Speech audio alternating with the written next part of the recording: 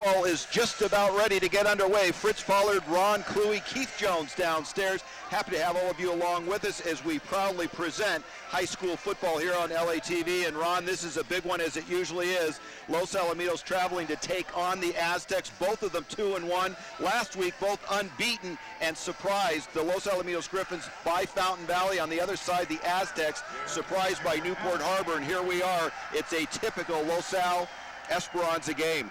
Oh, absolutely, Fritz. When you look at it tonight, I mean, this is a big weekend for the whole Sunset League because you have the Bell game going on between Fountain Valley and Edison down in Orange Coast College tonight.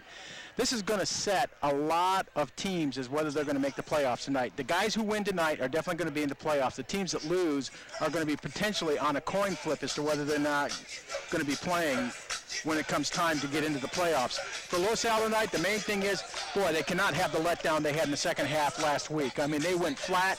A lot of mental errors were made out there, possibly even mental errors by the coaches also. So Los Al has to step up, play hard the whole game, and keep pushing against Esperanza all the time. For Esperanza, this is a game where basically they have to just do what they do best, which is try to run the ball hard, keep Los Al off the field, and use up the clock as much as they can.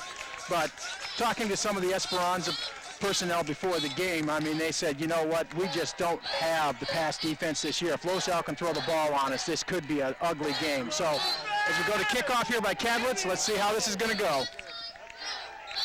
That goes into the end zone. Drew Hutzfeld gets that, and we'll bring it out to the 20-yard line as the Aztecs of Esperanza will get things started. Okay, let's go for the offense for Esperanza. You got Sean McDonald at QB, he's a senior. Then a halfback, you have Jared Moore.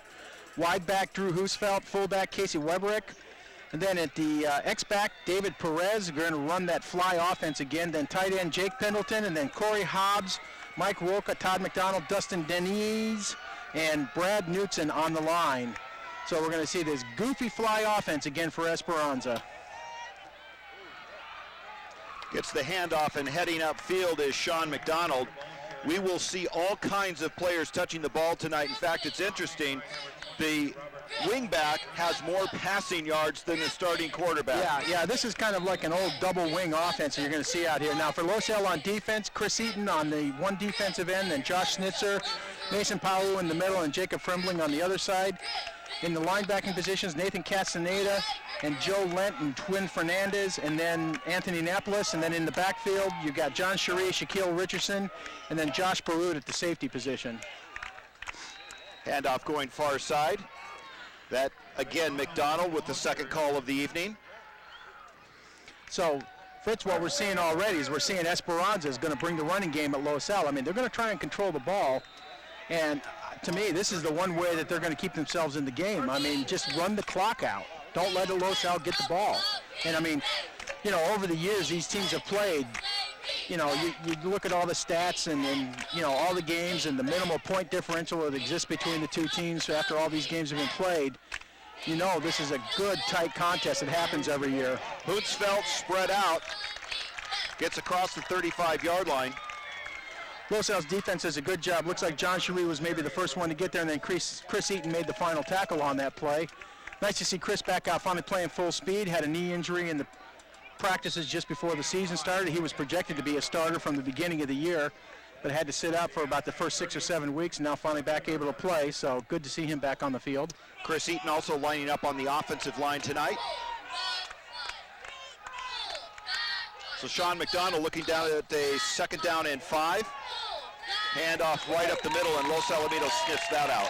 Yeah, Los Al's defense. Napolis looks like he was the first guy there on the hit. And tell you what, we'll be probably only calling 1 or 2 names tonight for most of the time on the tackles, but it's a good job of gang tackling by Los Alamitos. There's typically 3 or 4 bodies. We'll just try to call the guys who are first there.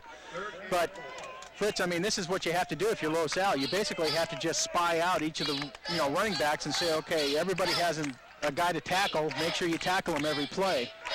And so far, Los Al's doing a pretty good job on this set of downs. 9:47 left here in the first quarter. That'll bring up a 3rd down and 4. So for Esperanza, very important. Hutzfeld going far side. Hurdling one of his own men. In on the stop there is Joe Lent. Yeah, this is going to be real close. Depends where they mark it. It looks like they've marked it maybe about a yard short. So Esperanza looks like they're bringing their punt team on the field. So good start for Los Al's defense here, Fritz. Josh Brute will step back for the Griffins, awaiting the punt.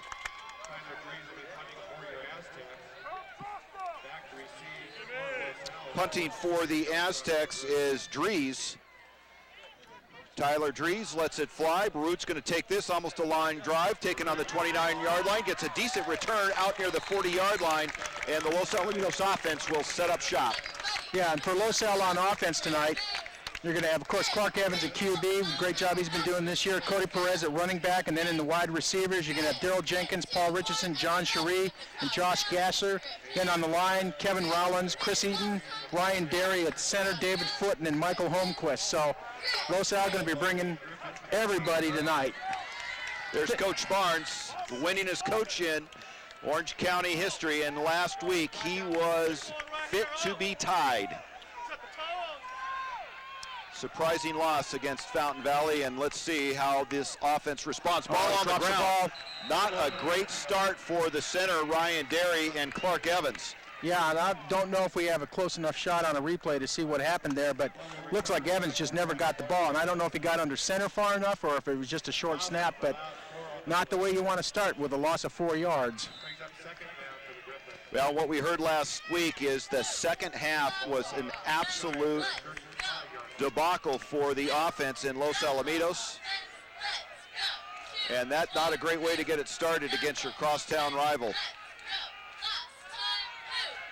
Clark Evans couldn't find anyone open, goes up the middle, and that is what Clark Evans is so good at doing. Yeah, that was a nice decision by Evans, Fritz. I mean, he was looking for Richardson coming across the middle there. And the thing was, is Paul was covered by 2 guys, so it looks like Sean Avila on tackle there. Let's go over the defense now for Esperanza. You got Lopez, Avila, Esparra as the line. Then you have Hunsaker, Shell, Vargas, and Werner as the linebackers. And then in the backfield, you have Pierce, Stubblefield, Amos, and Poole. 7:49 left here in the first quarter. Big third down for the Griffins. Your man in motion is Jenkins. Big time rush on Clark Evans and throws it short, looking for Jenkins coming across the middle, and a great rush by that front line of the Aztecs. Andy Shell in on the stop for the Aztecs. Yeah, I'll tell you what, Fritz. I mean, one thing you see there is that Los Al trying to run the slip screen. And I mean, when these two teams play each other, I mean, both coaching staffs could draw up the opponent's game plan. I mean, these guys have played each other so much, studied so much film, they know exactly what's coming, and Esperanza did a great job there of doing a speed rush on Clark Evans. John Cherie back into punt. This will probably be a soccer-style or rugby-style kick. Hayden Pierce stands at his 35-yard line. Nice kick by Cherie. Oh, great one. Let's see, can they knock it down? No, went into the end zone, but still took a good kick and good bounce. Almost went out of bounds, so Cherie does a job that he's supposed to do, puts Esperanza on the 20-yard line. And Nick Richardson did all he could do to get down that sideline. So that's what they're planning to do, that rugby kick, and send in a gunner down there to try and down that. Yeah, one of the things, Fritz, when you do that low rugby kick, the ball has a tendency to kick and roll, so you pick up a lot of yardage. You know, as a punting purist, I'll say it's the ugliest thing you ever see, but it's effective. Absolutely. Well, 7:28 left here in the first quarter. Both teams' defense came to play tonight. McDonald hands off to someone. We'll let you know here momentarily. So Los Al, good job by the D-line there to pack it up. Hit somebody in the middle. That was the first guy to make the hit, and then the linebackers came in for support. And that's what Los Al's going to have to do tonight, you know, Fritz, is that those 4 down linemen are just going to have to fill holes and let those 4 linebackers really find a place to hit somebody. That's why Los Al's only going with 3 DBs right now, because they know Esperanza really does not have any kind of passing attack. Hunsaker in on the last carry. McDonald up the middle. Boy, good game by Esperanza that time. Picked up probably about 7 yards. So it looks like Napolis on the tackle there.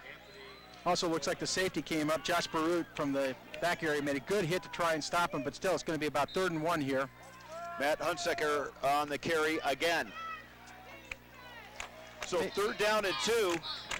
Yeah, I think that's one thing we're going to see tonight. We're going to see a lot of motion in the backfield from Esperanza, and really you have to try and guess who has the ball.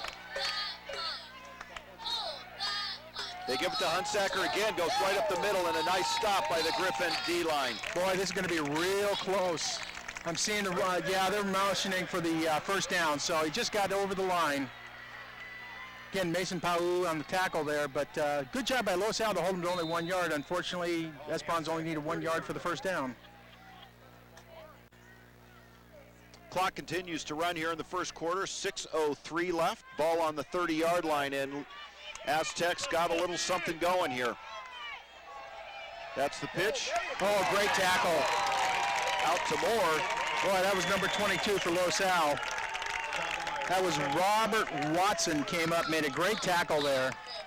Boy, just excellent pursuit. That's what you want to see from Los Al, do quick pursuit. I tell you what, hey, Fritz, one thing I'm seeing this year that I haven't seen in past Esperanza teams, I don't see any blinding speed in that backfield. You know, if you remember Timmy Temetope, I mean, you know, that guy just had blitz speed plus legs about the size of tree trunks. I mean, tough kid to bring down. And in the past, other Esperanza running backs, a lot of speed. This year, I don't see that same kind of speed where the guys are going to just break one open. 3-yard loss in the play. That'll bring up second down and 13, and Los Alamitos all over it again. Yeah, nice job. Looked like Mason Powell got in there first, and then again, Watson came in on the play there. Pierce, the ball carrier. Jared Moore, the ball carrier. So now this is a situation for Esperanza that they really don't like. 3rd and long with pretty much a non-existent passing attack. It's going to have to be, you know, what they call a little trickeration here. Try and see if they get somebody in motion, make something happen here. Jared Moore with a 5-yard average. There he goes, and he's adding to it there and picks up the first down and then some.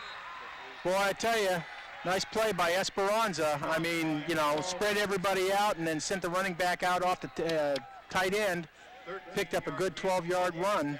Paul Richardson in on the stop. Jared Moore, the 6', 200-pounder. They like to hand off to him. He is their big back. 127 carries, 688 yards before tonight's game. Again, over a 5-yard average and 7 touchdowns. So we've been seeing him mix it up, but Jared Moore is going to be the workhorse tonight in the backfield. 1st and 10, clock at 4:20 in the first quarter.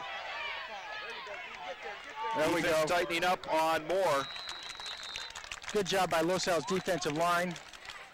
Trying to see who gets off the bottom of the pile there. Looks like it was Pau again and possibly Chris Eaton in there on the tackle. Well, Fritz, it's not going to be fancy tonight. I mean, I think we're going to see primarily, you know, if Esperanza runs 75 plays tonight, I'm going to tell you probably 73 of them are going to be running plays. Well, we have not seen a passing play yet, and here we are, 3:46 into the first quarter, or remaining in the first quarter, and for Esperanza, this is their second series. Hunsaker and Moore. McDonald going to keep it, finds a lane, being very close to the first down. Yeah, it looks like the spot is going to be a first down. Looks like Josh Blue made the tackle there, along with Robert Watson. And I tell you, if you're Esperanza right now, you got to be feeling pretty good, because here they're burning time off the clock. I mean, already 8.5 minutes burned off. Forced Los Al to take a 3-and-out when they had the ball on their offensive series. So Esperanza definitely in control of the game at this point in time. Well, and Ron, how much does this kind of offense wear that defense down? Oh, absolutely. It's going to wear that line down. I mean, that's one thing Esperanza's always been noted for. They've always had good O-lines. Getting that inside handoff. There we go. Nice job. That looks like that was Jacob Fremling there. Good job wrapping up. Had good, nice help from Joe Lent on that play. So again, Los Al only allowing about a half-yard gain. And Fritz, that's the thing. I mean, Los Al's going to just have to be consistent on defense with that tonight. You know, you can't have it where you stop them on 2 plays and then allow an 8 or 10-yard gain to occur. I mean, you're going to have to just, you know, push that focus every time to make sure tackle guys, don't let anybody get free. And it's going to be tough because there's potentially 5 running backs coming out of that backfield every time. Well, that's what's happened so far is they've given up that first down run. So let's see it, 2nd down and 9. McDonald cuts it up. And again, Los Al's defense does a great job of swarming all over the Esperanza running back there. Well, Ron, take a look at this. We're at 2:14 left here in the first quarter. The Los Alamitos offense has only touched the ball once. Yep. 3rd down and 9. 3 plays in the first quarter so far. And I mean, for Esperanza, if nothing else, they want to keep this game close. They do not want this game to get into a blowout situation. With the offense they have, they cannot score quick points. Well, and Ron, take a look at this. If you want to drop a game plan against Los Alamitos, keep their offense off the field, and when they are on the field, put pressure on Clark Evans. They've been executing on both those points very well tonight. Yeah. I mean, also, if you think about it, too, Los Al likes to script the first 15 plays for the offense. Heck, they've only had the first 3 in so far. We're already through the first quarter. We may be in halftime before they get to the 15. So, you know, it's pretty tough to figure out what you're going to do when you can't even get your team on the field. Now, this will be interesting. Passing down, 3rd and 9. Will they put it in the air? No, I don't expect it at all. I expect it's going to be another fake handoff with Sean McDonald carrying the ball, or else a quick pitch to the outside and see if they can't get someone to sweep up. Now, what I do expect is they will come out in a passing formation and try and spread Los Al's players out. Ball sits on the 45-yard line. Ron, maybe is this 2-down territory? No, not unless they're extremely close. I mean, I think if it's, 4th and 5, I would expect they'll try to pin Los Al down deep at their own 5-yard line. Well, for Los Alamitos, they just want to get the ball back before the first quarter comes to an end. 3rd down and 9. Ball sits on the 45-yard line. Oh, we do have a pass. Well, and that's why they don't pass much. That ball was right on the money. Should have been caught. Was a little tall. Intended for Pierce. Had enough zip on it, but just couldn't get it down to where somebody could catch it. So a little bit surprising. Again, once again, proving why Fritz and I call games and do not coach games. Back deep for Los Alamitos is Josh Barute. Yeah, my expectation here, Fritz, is that Barute's not going to get much chance to look at the ball. Oh, he angled it to the sideline very nicely. Let's see, does it get out? No, it goes in the end zone. Oh, very close. Yeah, he tried. Nice kick by Dries. Yep, unfortunately, he just didn't take the right bounce for him, so it ended up in the end zone. Los Al will get the ball on their own 20-yard line with 1:38. Unbelievable. Well, that's the game plan. If you're the Aztecs, you absolutely want to keep this potent Griffin offense off the field, and they have done that. Now this defense for the Aztecs needs to step up. They brought pressure last series, and it was effective. Of course, Los Alamitos shot themselves in the foot by putting the first snap of this game on the ground. Clark Evans from the shotgun. Right to the air, deep in their own territory. And that is complete across the 30-yard line. This will be close for a first down. So that's Amos on the tackle there for Esperanza. Paul Richardson with the reception. Okay, so they do denote that it is a first down. Los Al will move the chains. And Fritz, you know, one thing I'm expecting to see, because the information I got from last week's game is that Fountain Valley brought a very fast defensive end in on the plays all the time, and Los Al's tackles just could not stop them. I'm going to expect to see Esperanza maybe to do a little bit of linebacker blitzing on every play here to try and overload Los Al's offensive line. Minute 12 left here in the first quarter. Clark Evans, heavy rush. Either get rid of it or get around the corner. He tries getting around the corner, and that great rush flushing Evans to the outside. Well, this is the one thing that where Evans' running ability can defeat the blitz. As long as he can shake off that first hit, he's going to have an open lane, because obviously the cornerbacks and safeties have to go downfield on coverage, and Evans is going to have a running lane. Picked up almost 5 yards on that play.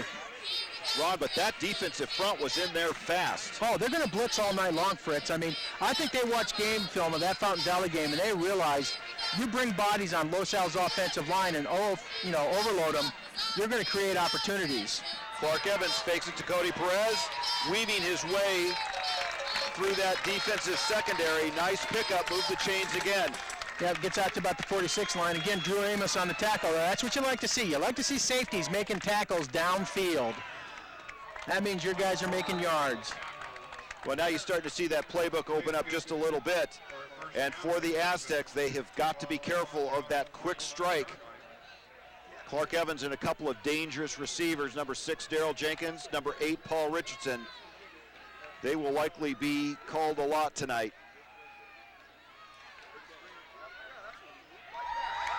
Nice catch. Right. Looks like number 8 there, Richardson, comes down with the ball. Hayden Pierce on the tackle there. So, you know, this is what Los Al's going to have to do all night long. Just get guys into open positions. I mean, if they pick up 5-6 yards, great. I mean, if someone's going to bring the blitz on you, find a hot read and get the ball out of your hands quick. And I think maybe, Fritz, this is going to be the one challenge for Clark Evans because he is a running quarterback, and the first tendency typically for guys that run well is to pull the ball down and run. And whether or not he's going to be able to look and, you know, find that hot read is going to be the challenge for him tonight. Here we go. Oh! So we're at the end of the first quarter. No score. Los Al almost at midfield. Referees are going to have to march about a step and a half to move the ball to the new position. Well, and for the Aztecs, they had a very effective game plan in that first quarter. Now, Ron, when you look at where the ball is right now and the fact that Los Alamitos is starting to get something going, as a defensive coordinator for the Aztecs, do you consider maybe not getting as aggressive because Clark Evans is starting to get hot? No, Fritz, I think, you know, it's kind of like you gotta run with what you brung to the ball.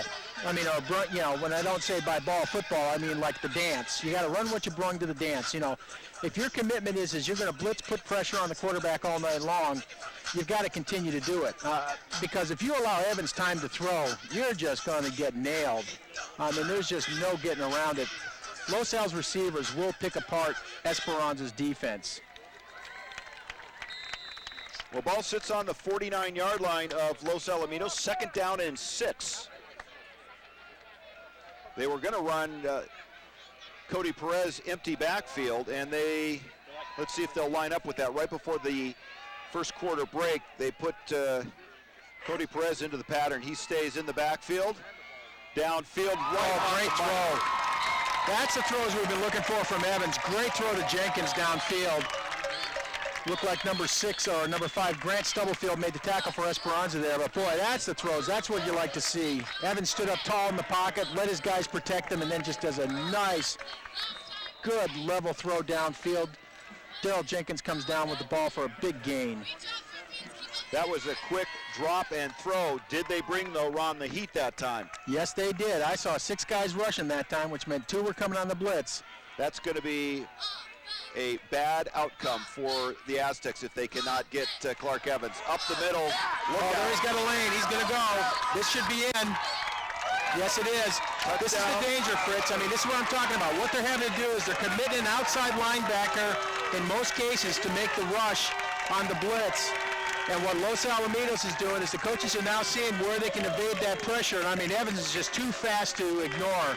I think Esperanza is going to have to either bring the inside blitz more often and not bring the outside blitz and fill those holes, or they're going to have to figure out a different methodology of what they're doing out here. And I tell you, if they have to go off their game plan by the, 30 seconds in the second quarter, this is going to be a bad night for them.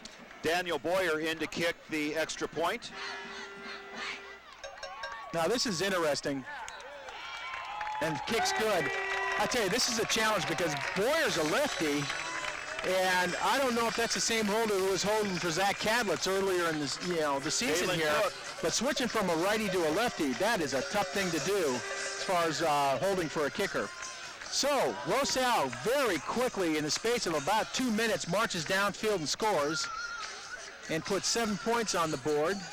And now I imagine we'll see the same thing happen here, as essentially Esperanza will come out and just try to control the ball the whole way through the game. Well, and Ron, there's Coach John Barnes. Obviously, a lot of good coaching, a lot of good adjustments, because if you compared that first series early in the first quarter to what we just saw, completely two different series. Yep, the guys did a great job. So 11:27 left here before the halftime break. Early in the second quarter, and Los Alamitos has got something going. Jared Moore back on the 2-yard line. And on the far side for the Aztecs is Hunsfeld, and that's going to go right down the middle. Moore's going to come up and take this on the 3-yard line. Good coverage by Los Al, but he has a lane. Oh, nice open field tackle there by the Los Al player. See if he gets up. And that looks like it's number 20, Josh Barut, in on the tackle there. And mark that on the 24-yard line, and the Aztecs will see if they can answer. Well, for Los Al's defense, you got to be heartened by the fact that, well, if you're on the screen, folks, we are not playing Valencia tonight. We are playing at Valencia High School, but we are playing Esperanza. No, the Sunset League has not been rearranged. Yes. Well, just in case you wanted to know where we were tonight, because sometimes Ron and I don't always know where we are. First down and 10 for the Aztecs. Oh, great backfield tackle there. That was number 22. Robert Watson comes in, makes a quick tackle in the backfield. Fritz, this is what I'm saying. I don't see anybody as far as the running capability for Esperanza who's a guy that would just scare me to death that he's going to break out real quick, get to the outside, and run away from you. I mean, I think Los Al's defensive backs are faster than the running backs for Esperanza. Well, and they do run the trickeration. You do not know who has the ball, and they are mixing it up real well. But without that speed, Los Alamitos starting to sniff it out. Hootsfeld. So trying to turn the corner. Yeah, Kunzfeld picked up about 5 yards, got back to about the original line of scrimmage. Looked like Shaquille Richardson and Nathan Castaneda on the tackle there. So Los Al does a good job of pushing Kunzfeld out to the sideline, but he does pick up 5, so it's still 3rd and 10. Okay, last time we said no pass, there was a pass. Do we flip the coin this time? What do we think? I think I'm just going to wait to see it develop. 10-14 early in the second quarter. They're going to keep it on the ground. And the quarterback still has the ball. No one's picking him up. Hootsfeld gets tackled by Castaneda. No, I don't think that was Kunzfeld. I think that was McDonald, kept the ball. So he faked the handoff. Oh, no, they do call it for Kunzfeld. Okay, Fritz, you had it right there. So Castaneda on the tackle. Boy, again, Fritz, this is one thing I'm seeing right now. Los Al does a great job for like 2 out of the 3 downs, and then, just doesn't sell the series. Doesn't make that one play and allows Esperanza to stay in the game. I mean, if Los Al could force a 3 and out, that would be great. Ball sits on the 40-yard line, 9:41. Left here in the second quarter. Hootsfeld, your man in motion. Going to give it to Moore on the far side, and boy, he gets around the corner fast. There's your speedster, Ron. Yeah, that's the guy that's got the legs. But again, Los Al, I mean, body's going everywhere. Watson has to make the tackle way downfield. Of course, for Esperanza, that's what you want to hear also. Safety's making tackles downfield. But, I mean, Los Al has got to start figuring out that you've got to cover all of these running backs. You cannot sit there and go with the flow of the play. Ball now on Los Alamitos' 41. And these are 2 great coaches. Coach Pendleton, for years, an assistant coach behind Gary Meek. Gary Meek became the athletic director a few years ago. Coach Pendleton took over. Now we have a flag on the play. First penalty that we've seen. I think they're going to call him for 12 men on the field. Oops. Well, that's one way to make sure your running play works.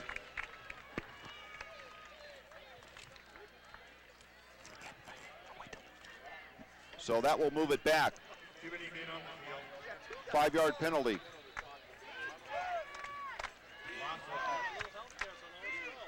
So that'll make it a first down and 15 as Sean McDonald brings the offense to the line. Now market ball on the 46.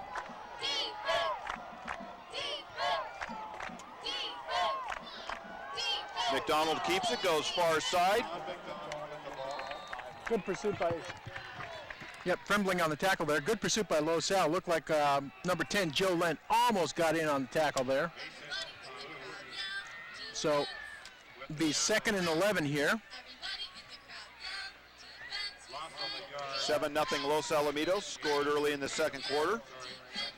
Well, Fritz, you know what? So far, this has been a really clean game. I mean, I know in the past you and I have seen there's been, a little bit of sniping between the linemen. Oh, great play there by Los Al. Mason Pau just hammered the running back in the backfield.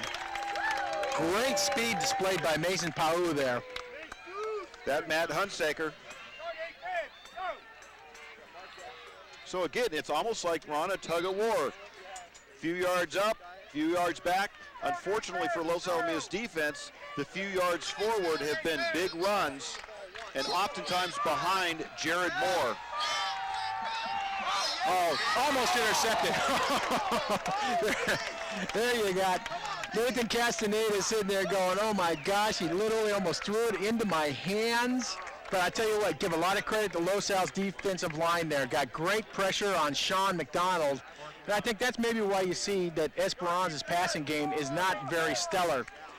McDonald didn't really take the time there to set himself up and make the throw. He kind of panicked a little bit, and he could have just backpedaled and bought himself a couple more yards. So once again, Esperanza probably going to try and put this ball out of bounds deep. Oh, wow, he crushed that one. Josh Brood back for Los Alamitos. Well, about a 40-yard punt, but it's going to be net 20 yards. So Los Al again will start with good field position at the 20-yard line. That would have been a good punt if you were kicking from your own 30. Yeah.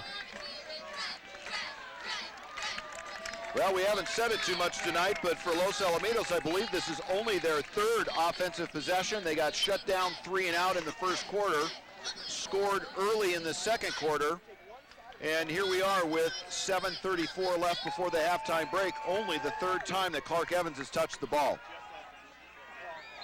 Oh boy, what happened here? 3 guys broke off the line of scrimmage. I'll tell you what, I mean, all the wide receivers took off. I don't know what they were thinking there. This was a total breakdown in focus. Well, and we just said this has been a relatively clean game. Yeah, but that's just a lack of focus on the part of the receivers on Los Al. I mean, it wasn't just one guy. Yeah, 3 guys moved. broke.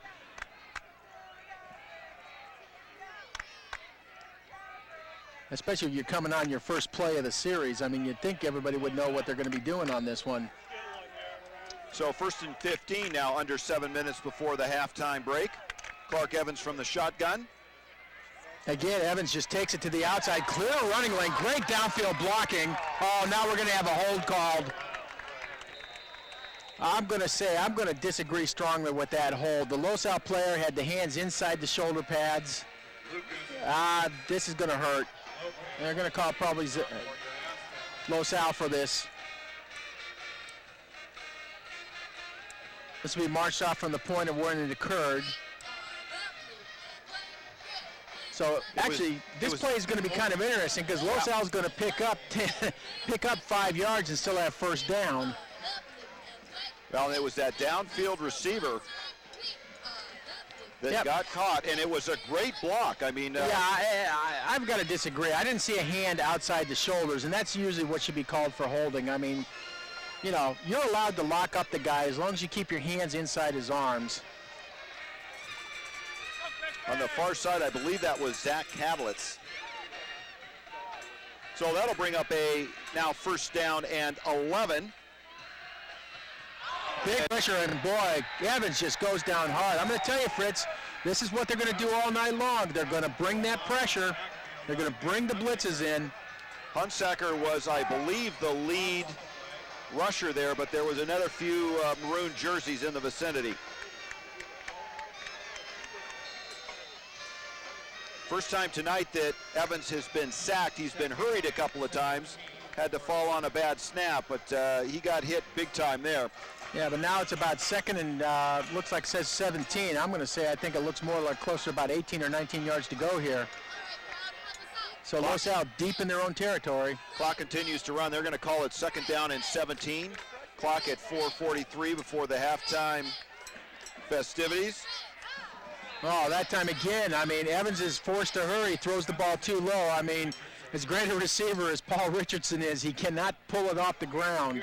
Well, and one of the great things about these receivers is, boy, you hit them in stride and they will make the most of picking up extra yardage. So for Los Alamitos, sputtering again on offense, and you have to tip your hat to the Aztecs. Very good game plan defensively.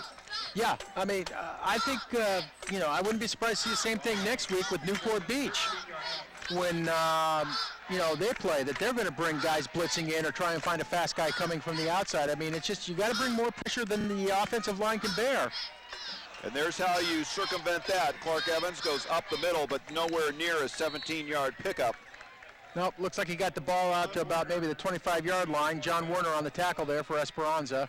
So Los Al's going to have to come out and punt. So we'll see John Cherie again do the rugby-style punt there.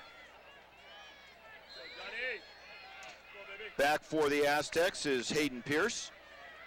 And let's see that gunner shoots up the sideline. Last time it was Nick Richardson that shot up the sideline.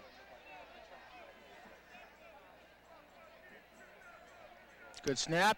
Cherie. Got a bouncing ball over it. Oh, nice play by Esperanza there. Great job. Like a center fielder. Yep, I'll tell you what, I don't know who number 4 is for Esperanza, but he just did a great job by not letting that ball hit the ground and go. Brennan Gray. Great field position that he protected, and they are going to need it because they are now under, 450. Yep. And the Aztecs are going to need some time to score. As we've seen, they pick up their yardage in little chunks. Well, Fritz, you know, one of the things, one of the people on the chain gang tonight for Esperanza is Alan Fixie. And for anyone who knows Orange County football, Nate Fixie played for Esperanza, also played at UCLA, was the punter before my son, also did kicking there. And Al and I were talking about before the game, how do you stop a rugby-style kicker? And we said, basically, you let a gunner come back and try and field the ball, and that's exactly what Esperanza did there.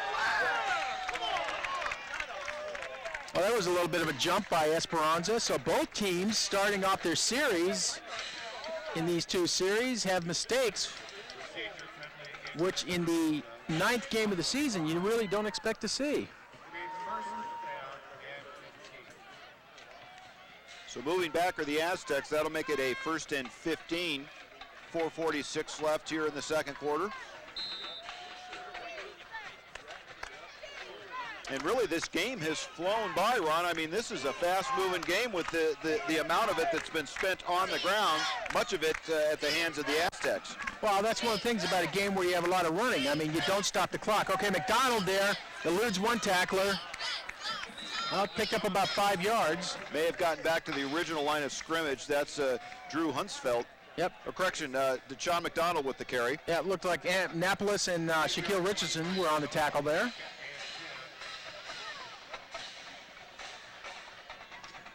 So you're not going to see a lot of big yards picked up here. We've seen the biggest run of the night by Jared Moore, the 200-pound senior, number 28, but he has not been given the ball a lot tonight. They've been spreading it around fairly well between Hunsaker and Hunsfeld. You would almost think that they need to get it into Moore's hands if they want to pick up big yardage. And there we do right there. I'll tell you what, Fritz. One thing I'm seeing here is that Los Al's getting good penetration on the ball as far as with the snap. And I see hesitation when they try to figure out who to tackle. And I think what the coaches have to tell them is that, you know what, you just tackle everybody. You know, sort it out later who had the ball. Anyone who's got a low series number on their chest, you take them to the ground, you know.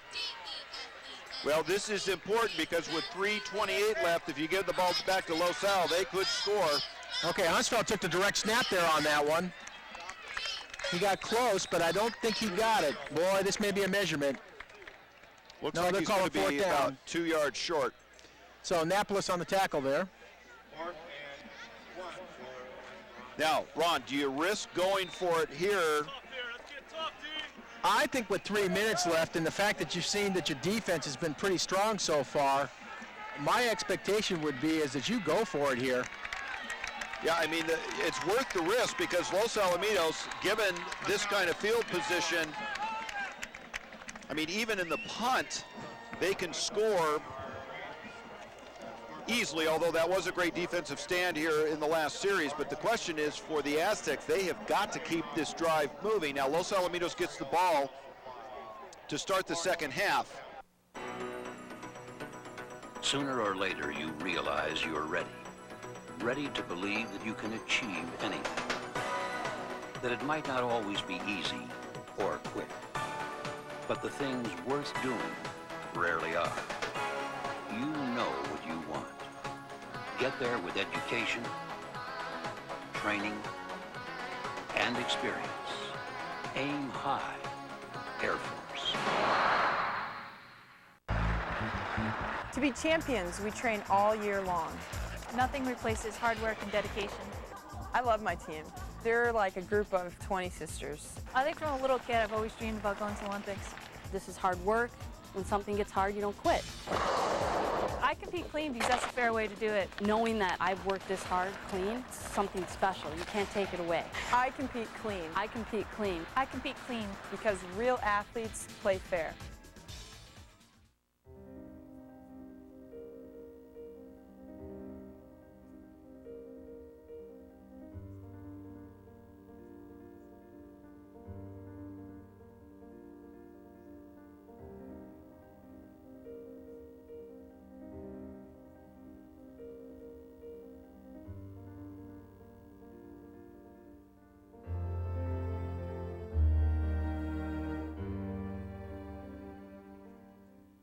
My name is PFC Eunice Guerra. What I like about the National Guard is I can be, gung-ho and go out there and do, really awesome things, stuff that, civilians, wouldn't understand. And then I get to go home and, put on a pair of jeans. And I wanted to be a civilian and then turn around and be a soldier. Defend freedom. In the Army National Guard, you can. Visit 1-800-GO-GUARD.com today. Yeah, they've done their, Los Al's done their usual. They deferred. They won the coin toss and deferred. But Fritz, I mean, you look at it and you go, okay, they only have to get about a yard and a half here for Esperanza to get the first down. I mean, they've been fairly successful on moving the ball, on almost every play. There's been probably about maybe 6 or 7 plays where Los Al's caught them in the backfield. But for the most part, Esperanza's been moving the ball. As you said, not huge yardage, but in this situation, you don't have to move it a lot.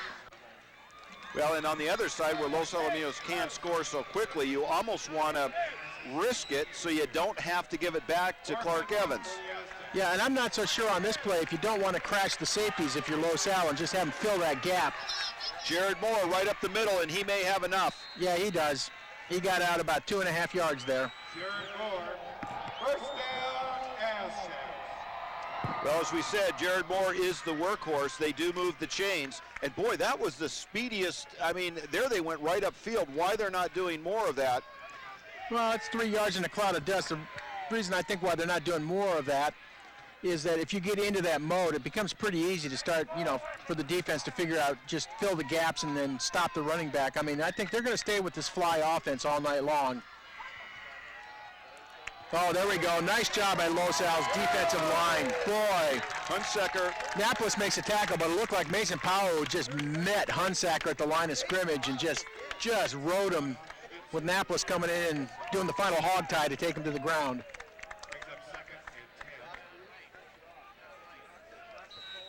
Second down and 10, ball on the 40-yard line. And we are right at the 2-minute mark. So the Aztecs, if they're going to put points on the board, they need to get moving, and they've got a little bit more hop in their step. Quick toss here. He's looking for the flea flicker. Nobody to throw to, and that goes to the ground. No. I'll tell you what, Chris Eaton just took Hunsaker and just took him on a takedown move. Just pounded him into the ground. So well, and if you look at Drew Hunsfeld, 55 of 112, 49% completion ratio, 804 yards. He has more passing yardage than the quarterback, part of what we're used to seeing in this kind of an offense. So they've got to watch out for number 10 for the rest of the night. He will stand up and throw it. Well, and that's part of the advantage you get with the double wing offense here. Again, Hunsfeld under quarterback. He's looking. Oh, great catch downfield by the Esperanza receiver. That looks like it was number 5, Stubblefield. Yep. And obviously they have got to pick it up. So good call to go to Humsfeld to try to move this thing along, and they are. We haven't seen this. Well, Fritz, I mean, this is kind of interesting. It looks like the coaches have more confidence in Hunsfeld as the passing quarterback. I don't know why he's not out there all the time instead of McDonald. Well, now McDonald checks back in. Of course, Hunsfeld goes running by now. Quick handoff opposite side, and everybody pursues to that side. This is going to be close. I tell you what, Fritz, Los Al has to talk at halftime to the guys on the defensive line and tell them you just can't blindly pursue. Someone has to stay backside to pick up that running back coming across. I mean, this whole offense on the fly offense is geared around deception, and you have to get in the mode of you've got to tackle somebody. Jared Moore fast and big, 200-pounder, and he can move. So first and goal for Esperanza from the 9-yard line. About a minute 22 left in the game. Great angle as you're looking at it from the field level. McDonald going to keep it, tries to go up the middle, caught from behind and taken down. Still looks like he picked up maybe about 3 yards there. Minute 9 left here before the halftime. Looks like trembling on the tackle there. So clock continues to run. Aztecs and Bill Pendleton need to be a little careful in watching that clock. Yeah, I'm not sure if they still have a timeout left. McDonald. Again, they're going to go off the opposite side with McDonald. Misdirection play. Okay, now they call a timeout for Esperanza. So they get inside the 5, mark it at the 4-yard line. And I'll tell you, Jared Moore just leaning forward is a tough target to bring down. Well, one of the things I've noticed, Fritz, is that they tend to use Hunsfeld as the guy who goes outside on the sweeps, and they tend to use Moore on the counter plays.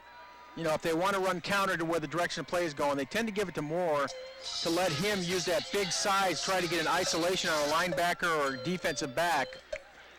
That's a smart way to go about it, but I think there might be a tendency there, and hopefully the Los Al coaches are going to start picking up on that tendency and get that passed on to the players and say, listen, you know, always look for Moore to go counter to the play, and somebody's just hang back and stay on the backside and make the tackle.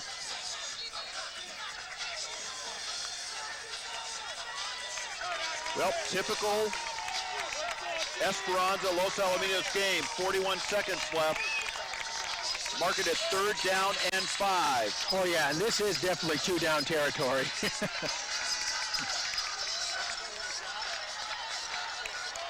Aztecs come to the line. Hunsfeld throws the lob, and that is caught by Moore, who goes out into the pattern. Touchdown, Aztecs. Yep, Hunsfeld does the quick rollout, looks. Los Al's defense kind of came up a little bit expecting the run, and Moore was able to get wide open. So Esperanza on the board just before halftime with 36 seconds left.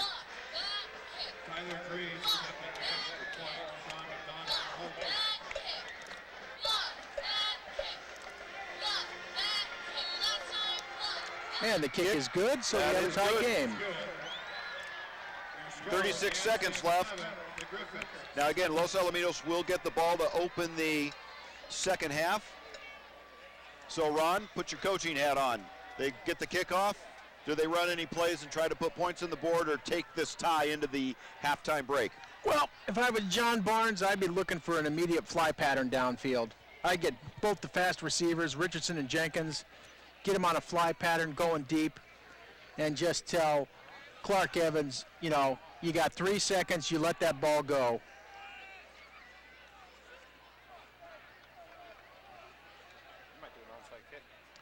Well, and we're going to see now back. They're going to put Jenkins back to receive the kick.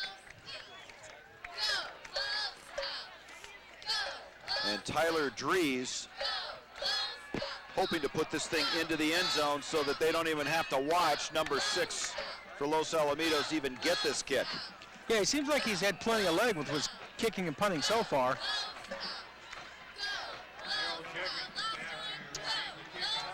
And this is a good kick, yep. No return on this one. Well, it doesn't hurt when your kicker is 5'10", 230 pounds. Yeah, he's definitely on the beefy side, kind of out of the Sebastian Janikowski mold. Never met a cheeseburger he didn't like. Yes, absolutely. Well, so we go to the 20-yard line with 35 seconds left. Actually, technically, the clock should not have run any time off. Because the ball went into the end zone, it still should be full time at 36.8. And I think they're running over right now to the sideline to tell the timer you should not have started the clock until the ball was actually fielded and the run back started. So, a couple of guys to look for. Number 6, Daryl Jenkins. Number 8, Paul Richardson. Likely going to be involved in this play. Okay, now they reset the clock, 36.4. So, yeah, I mean, I'd look for the fly patterns. Of course, the question is if Esperanza is going to be bringing that blitz on this.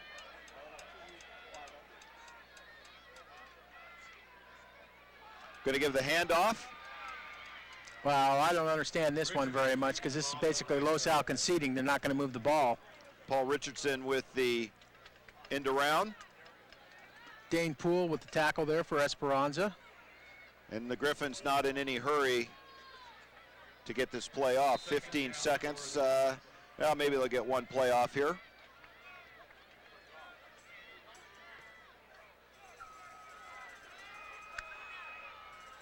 Clark Evans downfield, overthrows the receiver intended for Jenkins. Well, with 1.4 seconds left, this means, okay, Los Al will have the chance to run one more play. Well, I don't know who was running what route there, but I think Clark Evans was thinking Jenkins was going to run a skinny post, and Jenkins was thinking he was going to run a fly pattern.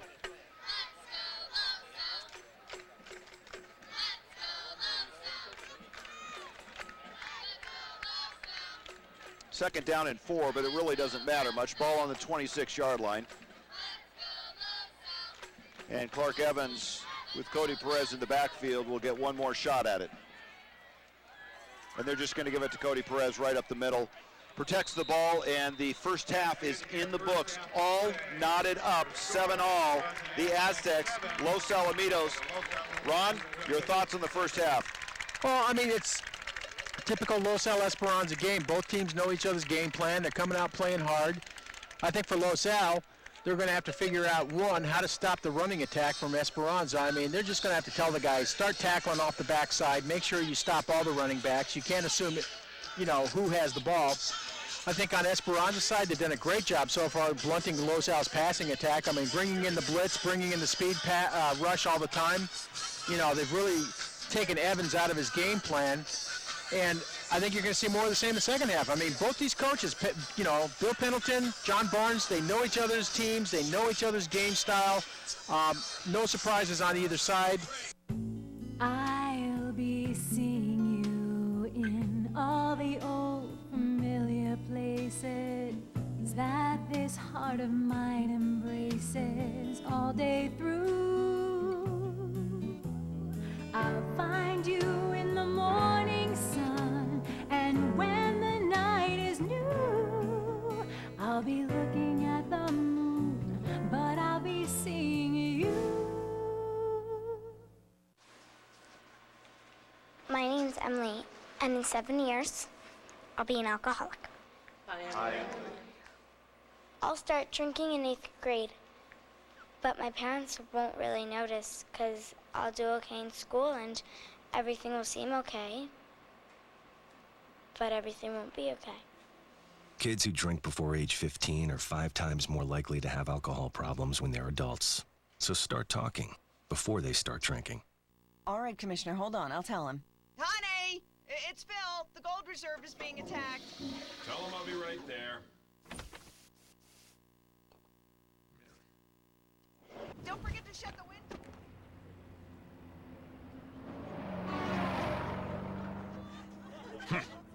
What? What? All right. What's the joke? What's so funny?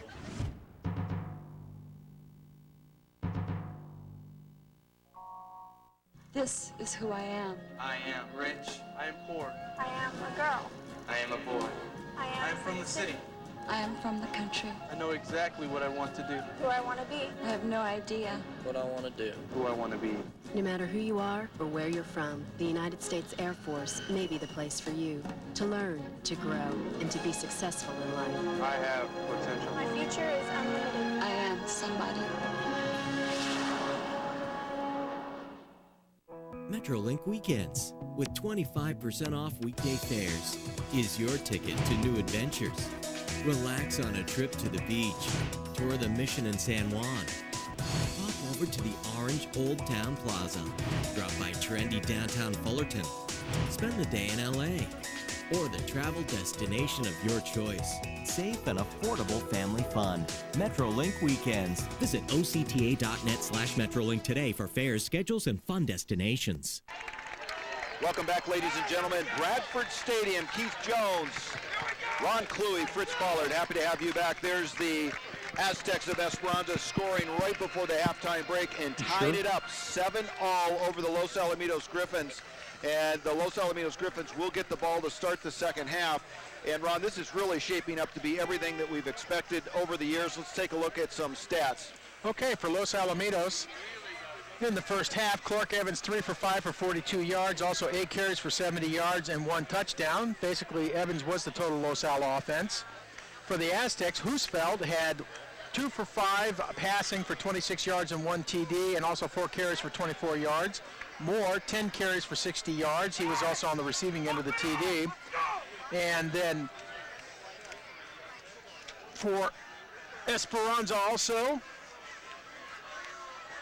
number 6, Sean McDonald, the quarterback, 7 carries for 33 yards. So not a whole lot of offense in this game so far. It's been pretty much, I don't know if you call it a defensive struggle. I just don't think there's just much offense being generated by either side at this point. Well, Ron, let's take a look at what worked so well for Esperanza. Drew Hunsfeld at quarterback, making a couple of plays in the air. Sean McDonald unable to do it, although Sean McDonald, the starting quarterback. Will we see more of Hunsfeld in the second half? Well, I think you're going to see a lot of Husfeld in the second half, Fritz. I mean, he's the one guy that's been able to make something happen with the ball so far, and I think if Esperanza is going to keep Los Al off balance, they're going to have to look for Husfeld to look for the option throws. Now, I don't think he's necessarily going to line up a QB every time he makes the throw, but I wouldn't be surprised to see a quick toss to him and then maybe a throw from Husfeld downfield. Husfeld, 7 touchdowns, yet 7 interceptions, 804 yards before tonight's contest. So we will watch what the Aztecs bring to the table offensively when they get the ball back, but for the moment, it is Los Alamitos who will be taking this kickoff.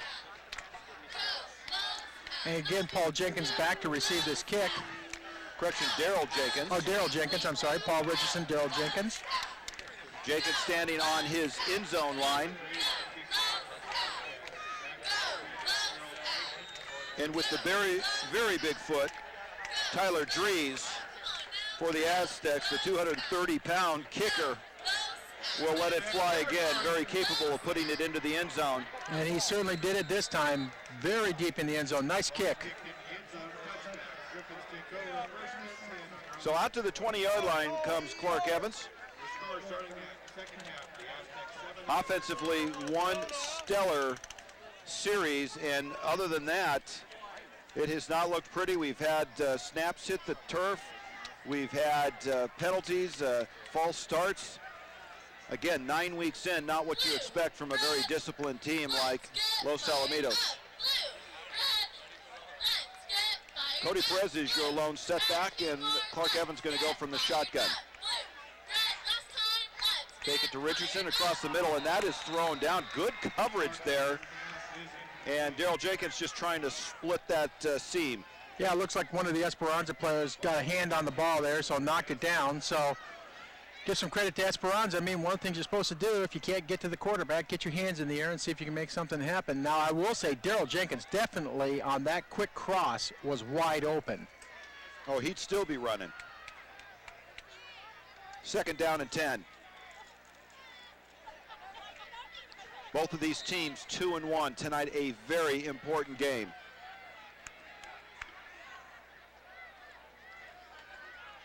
Bringing the blitz, Clark Evans tucks it under and very well covered in the first half. That always went for a big pickup. Clark Evans taken down after just a small gain. Well, Fritz, I think Esperanza is going to have to do the same thing I've been advocating Los Al does. They're going to have to tell their linebackers anytime you see Clark Evans start to move towards the line of scrimmage, you have to tackle him. I mean, don't assume whether he has the ball or not. You know, just automatically tackle him every time and make sure that you take him down. I mean, it's one way to stop Los Al. If you look at it, he has been Los Al's offense tonight. Empty out the backfield, Clark Evans all by himself. 3rd down and 9. Gets the little slip screen and well covered. Esperanza comes with a great defensive stand. Yeah, I mean, that was great speed there on Esperanza's part for the tackle. I mean, Los Al usually runs a slip screen fairly well against opposing teams, but Fritz, this again comes back to this issue. Esperanza's seen it time and time again. Absolutely. They've studied plenty of game film. I mean, they know when the set's coming. They know if a receiver starts cutting across the line of scrimmage real quick. I mean, first thing you do, that linebacker just drags with him the whole way across. Hayden Pierce stands at his 44-yard line.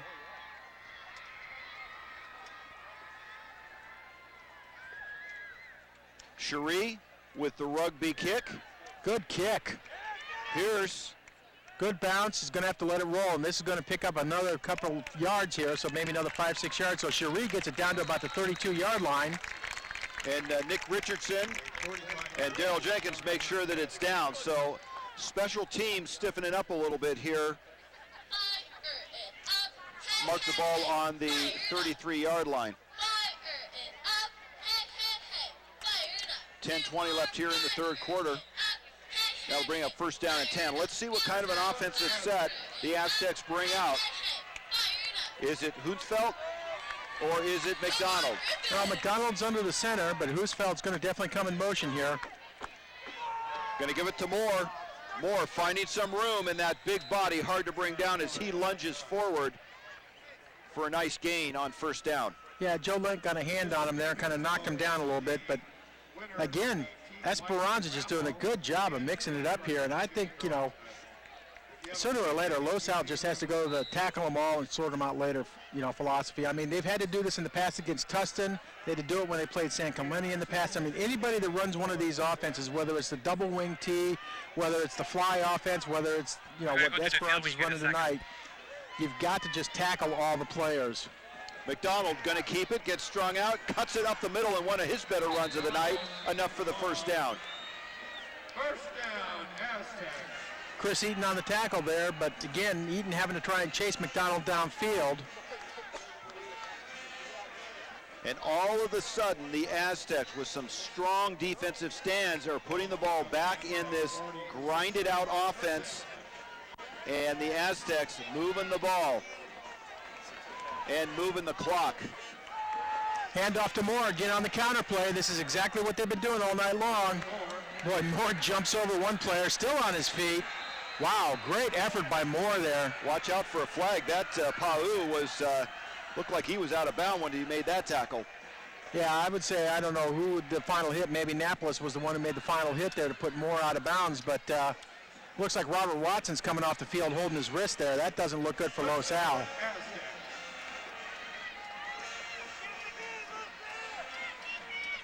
So Richardson going to go back in the defensive backfield for Los Alamitos. Yeah, Watson, one of the strong safeties all year long. That would be a big loss. Let's see what kind of an update we can get you on him. McDonald, Hunsfeld in motion. Going to give it off to the fullback. Hunsaker. Napoles again on the tackle, but I tell you, Esperanza's just moving the ball really well. You know, what's kind of funny, Fritz, is, I mean, last week Esperanza has to go to overtime to beat Marina. And, you know, if you went by that, you'd say, oh, gosh, Los Al should have come out and just blown them away based upon the performance Los Al had against Marina. But that's not the case. I mean, this is Los Al Esperanza. This is the Millennium Cup. I mean, both teams playing hard. Second down and 8. Hunsfeld just breaks free. I tell you what, this is a total breakdown of Los Alamitos on the tackling there. I mean, that's just a total breakdown in tackling. They had Hunsfeld strung out. They had him going to the sideline, and the players, instead of attacking Hunsfeld, allow themselves to get locked up, and Hunsfeld goes down for the touchdown.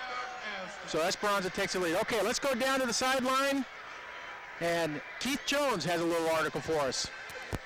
Game plan offense seems to be working. Number one goal was to make sure that Jared Moore had a fantastic game on the ground. Number one, we've seen that work. Then they've thrown out all kinds of special things. A brand new scoring weapon on this last run. A pass to Jared Moore, who hasn't scored a touchdown reception all year long.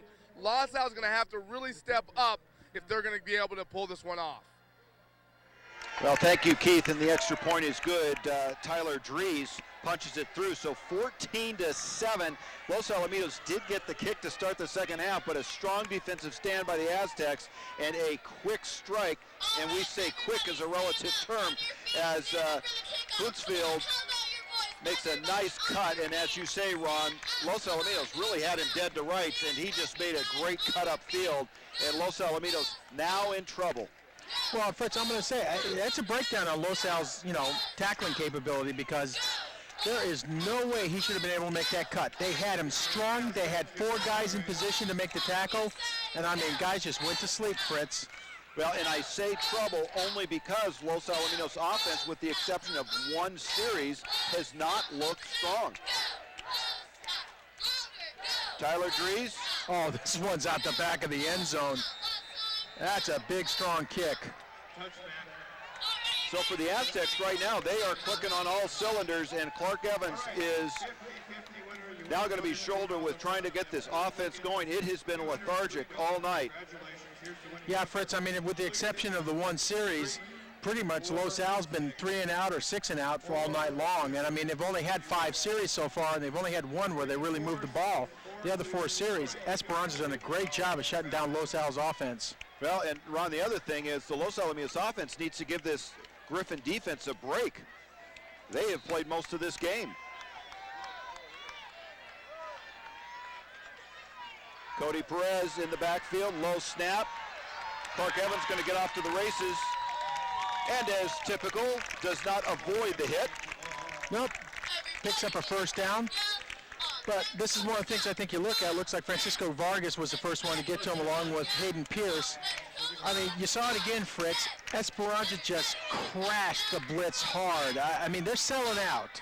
They've recognized that the only way they're going to stop Los Al tonight is just to absolutely crash the blitz every time. Bring 1 or 2 guys and just bring them in and try and keep Clark Evans off of his game plan.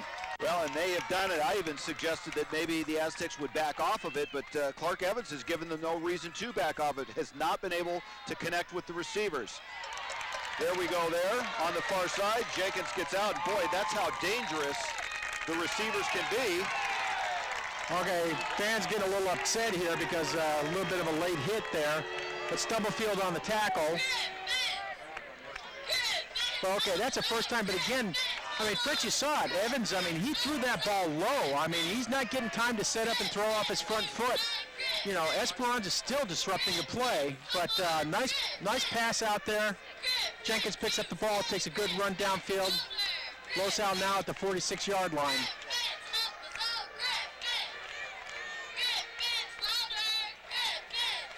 Jenkins is your man in motion. Up the middle, Clark will take it, and well covered. Evans will pick up 2 or 3.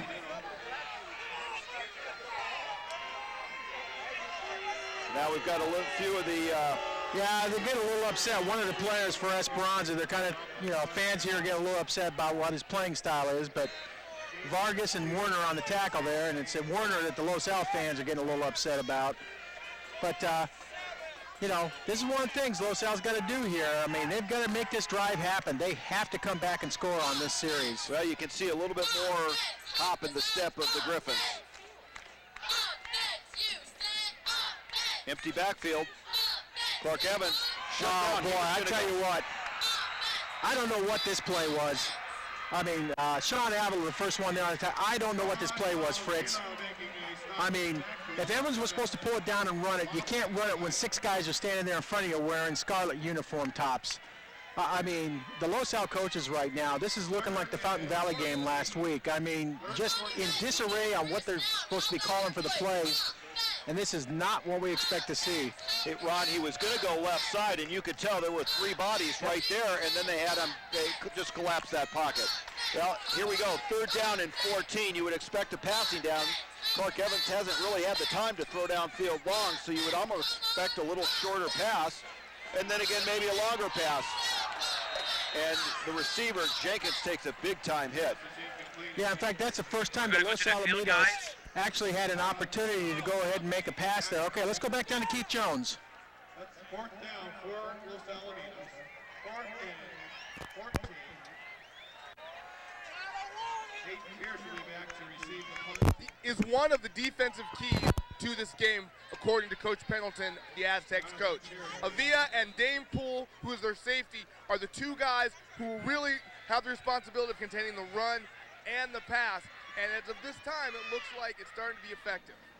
Okay, there we see the punt again. Again, Sharia with that kind of ugly rugby punt. Fair catch.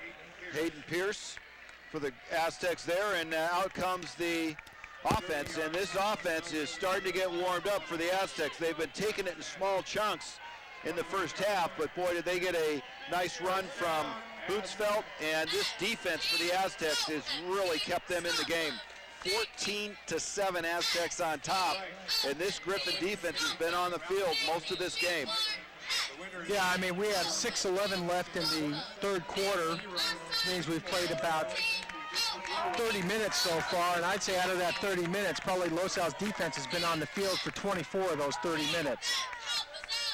Bootsfield, your man in motion. They're going to give that to Honsecker, and Honsecker with a nice pickup. So now whoever they give the ball to, ripping off big yardage.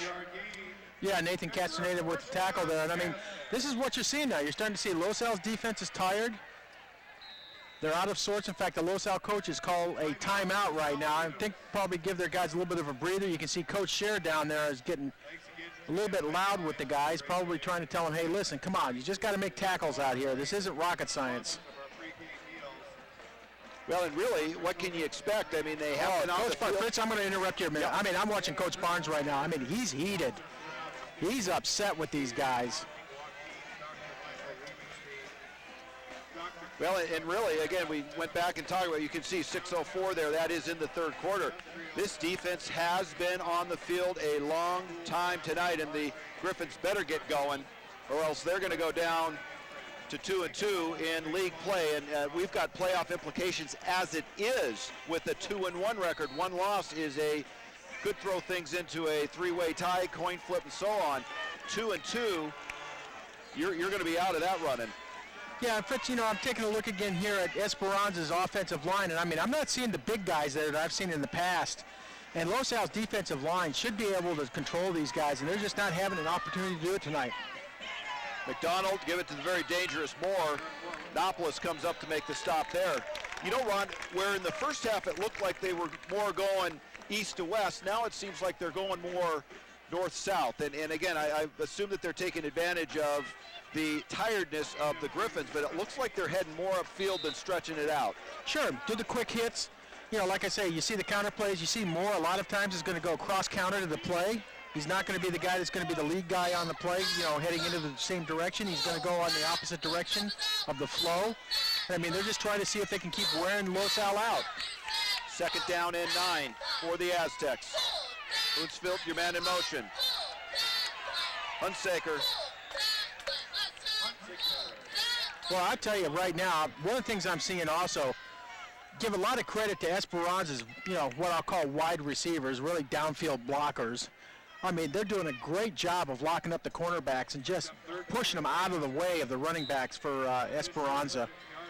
That's one of the reasons why Esperanza's picking up yardage. If you look at number 3 there, Matt Hunsaker, I mean, Ron, he wasn't picking up more than 1 to 2 yards. Now he's picking up 5 and 6 yards. McDonald, the quick hitter to Moore. Look out, he is gone.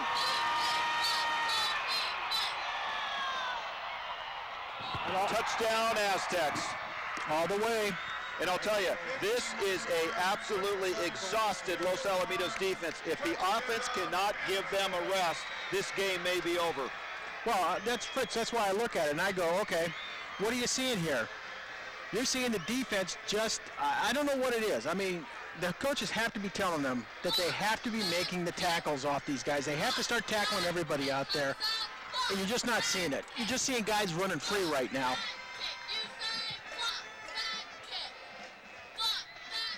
Kick is up, and it is good as Tyler Dries punches it through and widens the lead. The difference is 14, 21 to 7 as the Aztecs put another one up on the board.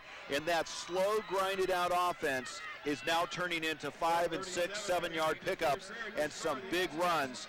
And at this point, the Aztecs really have not had to even put it in the air. Yeah, I mean, with a 14-point lead with 4.5 minutes to go in this third quarter, tell you what, Los Al is in danger here right now. I mean, if they don't win this game this week, I'm going to tell you something, Fritz. They're in danger of not going to the playoffs. Maybe for the second year. Yeah, for the second year in a row. And I'm sorry, you know, you're going to be in potential of ending up maybe 8-2. And I'm not even going to count that there's going to be a win against Newport Harbor next week. Not by any means, especially since Newport Harbor beat them last year. And you end up with another 7-3 year or 8-2. And you know what? You could see Los Al maybe not even finishing the top 3 in the league.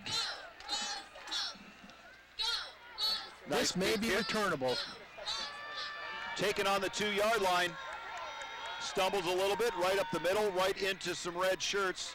And really no difference because it's out to about the 21-22 yard line, so not a big run back for Los Al. Well, Clark Evans, the senior quarterback, has not been able to get a lot done on the ground, which has been one of his weapons. Has not been able to get it done in the air, even the short pass, under pressure all night. This offensive line is going to have to pick up some of that blitz. And again, if nothing else, they need a long drive here just to give this defense a break. You look at the defensive line on the sideline, they're all on the bench. Clark Evans, good coverage downfield, has nowhere to go. Well, Fritz, this is one of the things I'm trying to figure out, okay. Cody Perez is the only running back being held back. It's the 5 offensive linemen, which means, okay, there's 6 guys back plus Evans, means 4 receivers are going downfield. Esperanza's bringing 1, maybe 2 guys in the rush along with the 4 down line, which means 6 guys are rushing. There should be single isolation coverage downfield. Evans ought to be able to be finding a guy downfield who's open. Well, and not to mention you've got 2 of the best receivers probably in the Sunset League. Yeah, it's just really highly surprising. 4:05 left here in the third quarter. Little comeback, nice open field tackle. That is complete to Jenkins.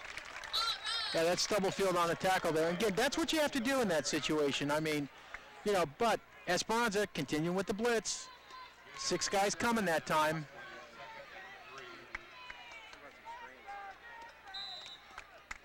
(21-7), Aztecs on top.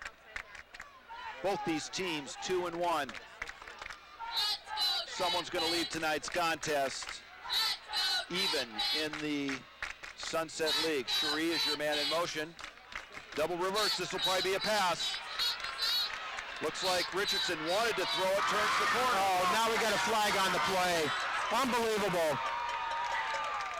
Unbelievable they're going to call this. They're going to call this a crackback block. Unbelievable. I've not seen Esperanza called for all night long.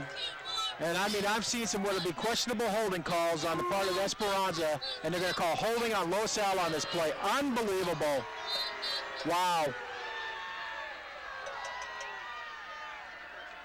That's the second one I'll say I think is really suspicious that call was made.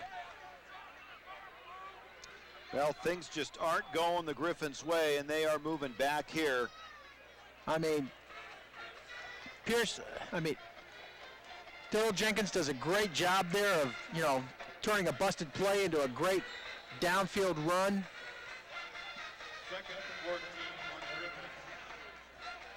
Not quite sure how anybody saw holding on that play. Clock back underway. 3 minutes left here in the third quarter. Clark Evans, the most time he's had all night, flushed out of the pocket, still looking for a receiver, dumps it off to Richardson. He could be dangerous. Oh, Richardson with them great open field moves, gets downfield. And we may have a personal foul on... Well, we got a flag here along the sideline. Let's see what it's called. Our spotter, Steve Leitner, thinks it's roughing the passer here, so hopefully this will be for Los Al's. Yep, they're calling roughing the passer. It'll be 15 yards for Los Al here. Well, and Ron, all night there's been some questionable physical play after the whistle. And good job to our spotter, Steve Leitner, who saw that flag. We were all concentrating downfield. Well, Fritz, you kind of had to wonder at what point in the game did you start to see the physical play coming out and some of the shots. Yeah, really, in the first half it wasn't there, which isn't like a... Right, you almost kind of started wondering, was this really an Esperanza Los Al game? I mean, it was a very cleanly played game. Now we're starting to get a little bit of the, you know, late hits and cheap shots that you expect to see. Well, and maybe that's what the Griffins need to kind of get out of this fog. 2 minutes, 43 seconds in the third quarter. Trips on the far side. And really since the first... Evans audibleizing here. Yeah, since early in the second quarter, this is the best offensive drive we've seen as Evans calls his own number, gets out close to the 30-yard line. I'll tell you, Fritz, I mean, okay, Lopez got the tackle there. I didn't like that call. I mean, you know, I don't think I know what he saw, but I mean, Esperanza is blitzing every time. And, you know, he's got to let his receivers open up some lanes for him. And unless he starts throwing the ball downfield a little bit more, I think Esperanza's just going to keep coming after him all the time. Second down and 7, ball on the 30. Little urgency in the Griffin step. Richardson, your man in motion. They fake it to him. Clark Evans is having time, just can't find a guy, and almost throws it in the hand. Now this is pass interference. Yeah, something happened there because that was a big miss. Yeah, I mean, that's not what you expect to see. In fact, I was wondering for a moment who Evans was throwing to or what route was being run. Sean McDonald was the Aztec. Yeah, this is going to be defensive holding. So 2 big penalties going in the favor of Los Alamitos. The roughing the passer call a few plays ago. And then the pass interference there. So Los Alamitos moving the ball as effectively through penalties as they have on this drive on the ground. I mean, Fritz, this is what I can't figure out. I mean, Los Al plays like they're zombies for like 5 or 6 series prior to this one, and all of a sudden, just something lights the fire under them. Well, where was this fire for the other 5 series? Empty backfield. Big rush. In and out of the hands, and that doesn't happen much as Daryl Jenkins can't hang on. No, ball was just a little bit behind Daryl, but as they say, if you get your hand on it, you're expected to catch it. Second down and 10, minute 45 left here in the third quarter. So this is good gut check time for Los Alamitos. They need to score here. Oh, absolutely, and I would expect after last week's game with 2 missed field goals, there's not a chance Los Al is going to go for a field goal in this situation.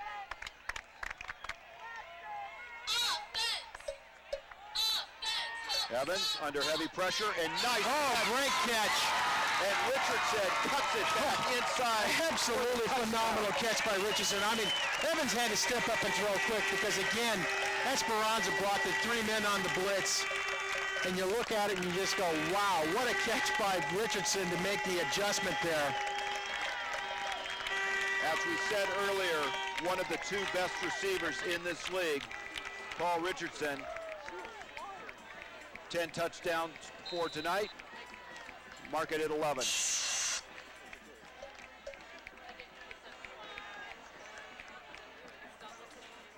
Snap back, kick up, and it is good.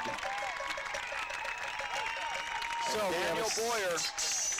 7-point game here, Fritz. 21-14 with 1:37 left in the third quarter. Now, Ron, did that defense get enough rest for the Griffins? Well, the one thing about Los Al's offense is they move quick. I mean, it's not like they're on the field running 5-yard running plays. I mean, yeah, I think it's a good pickup for Los Al's defense because they had about 4 or 5 minutes to sit on the sideline, but I think more importantly, they saw that their guys are starting to score. You know, the offense is in the game.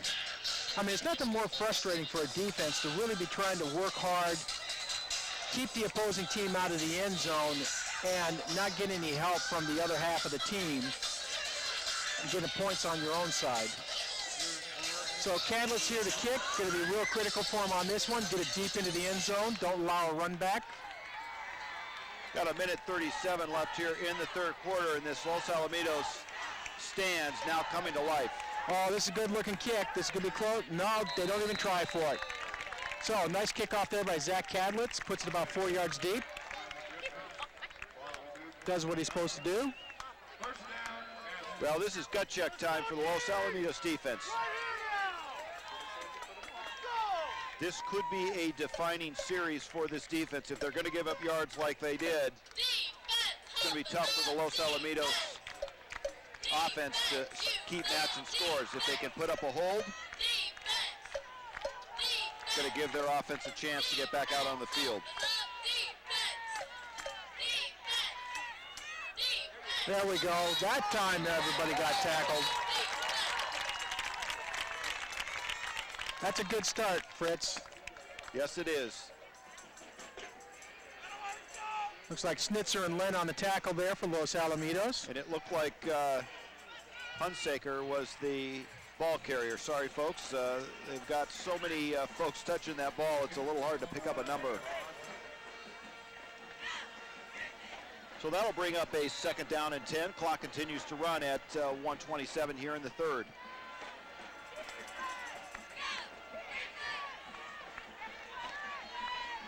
McDonald climbs in under center. And they're going to give the counter play again. More. And that's another great play by Los Alamitos. Boy, Joe Lent just did a great job of getting in the backfield there and picking up more and dragging him down to the ground. Okay, Fritz, this is what we've seen before. 3rd and long. This is where Los Al has to step up and make the play. I mean, this would be the one time they can force a punt from Esperanza deep in their own territory. Absolutely, and get the ball back to the offense. Looks like that rest did help. So 3rd down and 10. Clock now under 39 seconds in the 3rd. They're going to pass it out to Huntsveld, trying to get around the corner. And he did. Yeah, again, Fritz, this is what we've seen time after time after time. I mean, 2 great plays. Huntsveld gets the outside, and I for the life of me, cannot figure out why someone is not just coming in and crashing hard into the guy and knocking him down. It's like they're waiting for him to come to him to make the tackle, and you can't play football that way. You have to go attack that guy. So fresh set of downs, mark the ball just beyond the 30-yard line. Likely be the last play before the 4th quarter. McDonald's gonna keep it and breaks away, finds a little lane. And here we are. Richardson was on the tackle there. Ron, now they're back to picking it up in big chunks. Yeah, they are. They're a little bit fired up again. I mean, Fritz, I'll tell you what, this is the whole thing. Los Al holds them tight for 2 downs. Looks like they're going to start controlling them again. And what happens? Esperanza just takes a guy, does a quick, easy pitch toss outside, picks up the 1st down, and all of a sudden gives Esperanza, you know, a breath of fresh air, and they say, okay, we're in this game. We've got control again. I mean, I don't know what it is. I don't know why when Huntsville gets the outside, the Los Al guys just aren't coming up and hitting them hard. Well, it is Sunset League football, folks. Drowning. It's a silent killer. Children under the age of 5 are 14 times more likely to die from drowning in a backyard swimming pool than a vehicle accident. It can occur in 3 seconds and as little as 2 inches of water. Drowning is 100% preventable. Supervision is key. Install multiple barriers like fences, locks, and alarms. Know how to swim and learn CPR. For more information on drowning prevention, contact the Orange County Fire Authority. What's it like when you hear your calling? Will you ignore it, or will you listen? What if it calls you to go halfway around the world? To serve people you've never met? What will you do when you hear your calling? Peace Corps, life is calling. How far will you go?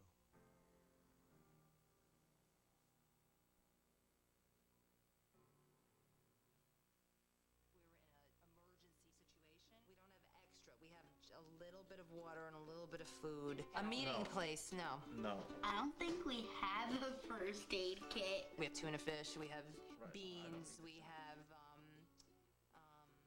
canned tomatoes, True. you know. That's true, but that's really not survival food. Tomato paste. Yeah, well, yeah.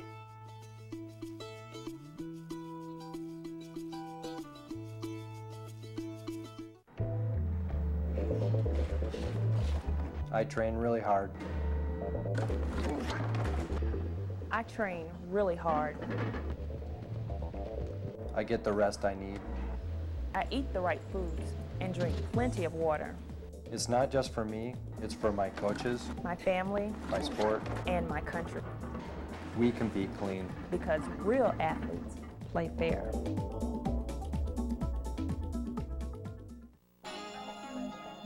Looking for a part-time job that'll help pay for college? Consider one that can do that and a lot more. The Air National Guard. We've got the Montgomery GI Bill and a special cash bonus that can help get you through college. And training that can put you on course for an impressive full-time job. The Air National Guard. It's money for college and fuel for your future. Call 1-800-2GO-ANG. Got some technical difficulties, so we're back on the play. Joe Lent makes a tackle there. So again, Esperanza picks up maybe about 3 yards on that play. Jared Moore, ball carrier. So there was an example of a good defensive stand. That brings up 2nd down and 7. Well, but Fritz, time and time again, we see it. Los Al will hold Esperanza to maybe 2-3 yards on the first 2 downs, and then bang, that's a 10-yard play rip-off. Jared Moore. Well, I tell you, Moore is just a horse out there on the field. Okay, let's try to go back down to Keith Jones again.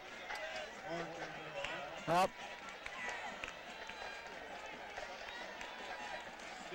Doesn't look like he's ready, so we'll stay on the field. That'll bring up a 3rd down and 5. Now this is the down that Los Alamitos has had so much trouble with. We're gonna go to the field real quick.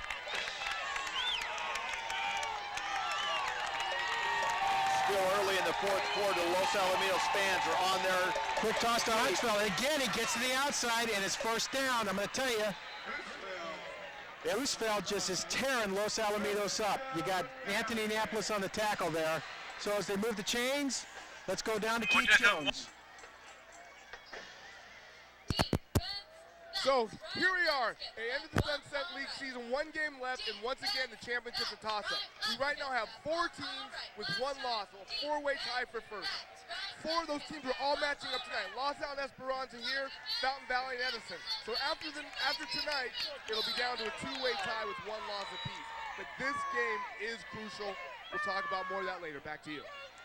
Again, handoff on the counterplay to the fullback there. Hunsaker picks up about 7 yards.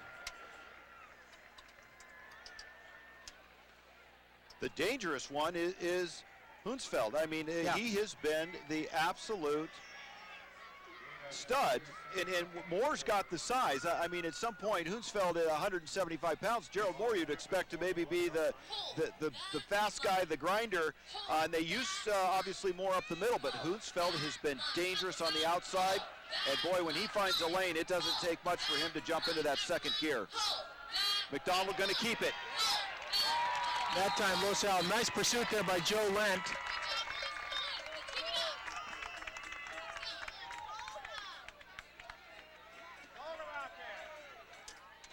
9:31 left here in this game. And the way the Aztecs are driving the ball, Los Alamitos will be short on time. Well, Fritz, this is something interesting. I don't see Mason Powell on the field. I see him standing on the sideline. I'm not sure, maybe slight injury, or maybe the coaches wanted to give him a little bit of a break on this series. Again, Roosevelt, they've got him trapped. Now this time they've held him, and this time they did what I said they need to do, Fritz. They need to just come up and attack him. Don't let him set the pace of play on that.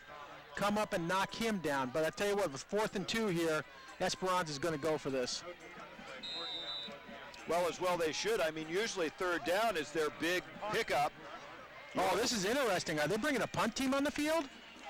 They're taking their offense off. Well, they went for it 4th down, which was really a scoring opportunity right before the halftime break. Remember, they went for that 4th down and got it, and that kept that drive alive and ended up being a touchdown. Wow, Fritz, with the way they've been moving the ball, I am highly surprised Esperanza did not go for it. Now there's going to be delay of game. That's no big deal because they're trying to buy more space for the punter. I think their strategy is they're going to try and pin Los Al deep here with about 8 minutes left to go in the game. Well, and here's the deal, Ron. Why not? I mean, you've been literally taking the potency out of the offense of Los Alamitos. I mean, pin them deep and let your defense do their job. Tyler Dries stands on his 40-yard line to handle this punt. Not a very good punt, but it's going to bounce away and go out of bounds about the 15-yard line. So Dries does his job pretty much. I mean, it wasn't a great punt, but you know what? Los Al now has 85 yards to go and just a shade over 8 minutes left in the game. One score to tie it, another to go ahead. Well, Fritz, one thing we haven't talked about tonight, and maybe folks at home will pick it up, is that this is a brand new field here at Bradford Stadium, and I mean, they did a great job with it. We are seeing this synthetic field at more venues. We saw it probably first at Orange Coast College, which is just a beautiful field. That's probably as much as 4 or 5 years ago. At Long Beach Vets 2 to 3 years ago. And they just put this in this summer. Wonderful turf to play on. Clark Evans under pressure, gets the quick hitter out there, and Cherie with the catch. Yep, that's what you need to do. Throw the ball underneath the coverage, let Cherie pick it up and run with it. This is what Evans is going to have to get into, Fritz. I mean, he's going to have to look for the receiver. 2-3 seconds, bam, ball's got to be gone. I mean, Esperanza just keeps bringing the pressure, and now they've called timeout. There's an injured player. Cherie looks like he's got a cramp. In fact, one of the Esperanza coaches started stretching him out. Yeah, it looks like one of their trainers is helping out over there. In fact, it looks like both legs are cramping. Of course, John Cherie's pretty much been on the field the entire night. Well, and not to throw any drama into this, but he's also the punter. So they got to get him loosened up. So we have 8:06 left. Los Alamitos down by 7.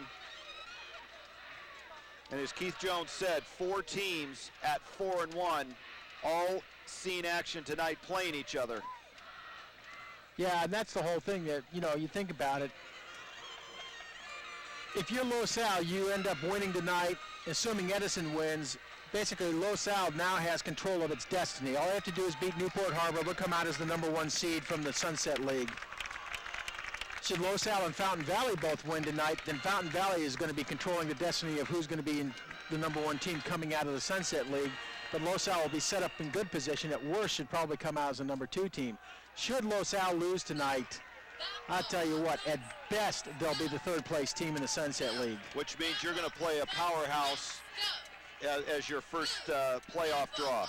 Yeah, at that point in time, the only way Los Al holds 3rd place in the Sunset League is if both Edison and Los Al lose tonight. Clark Evans under big-time pressure, and they got him. Well, and there's a flag on the play, too. Looks like there might have been a hold.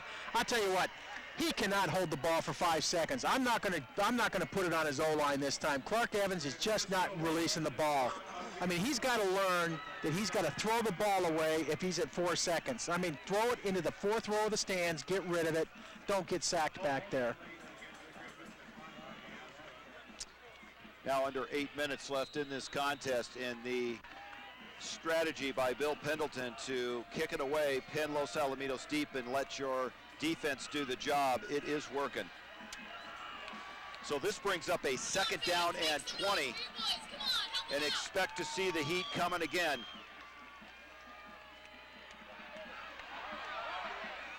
Oh, this is just a horrible pass. I'll tell you what, there's something wrong with Evans' arm.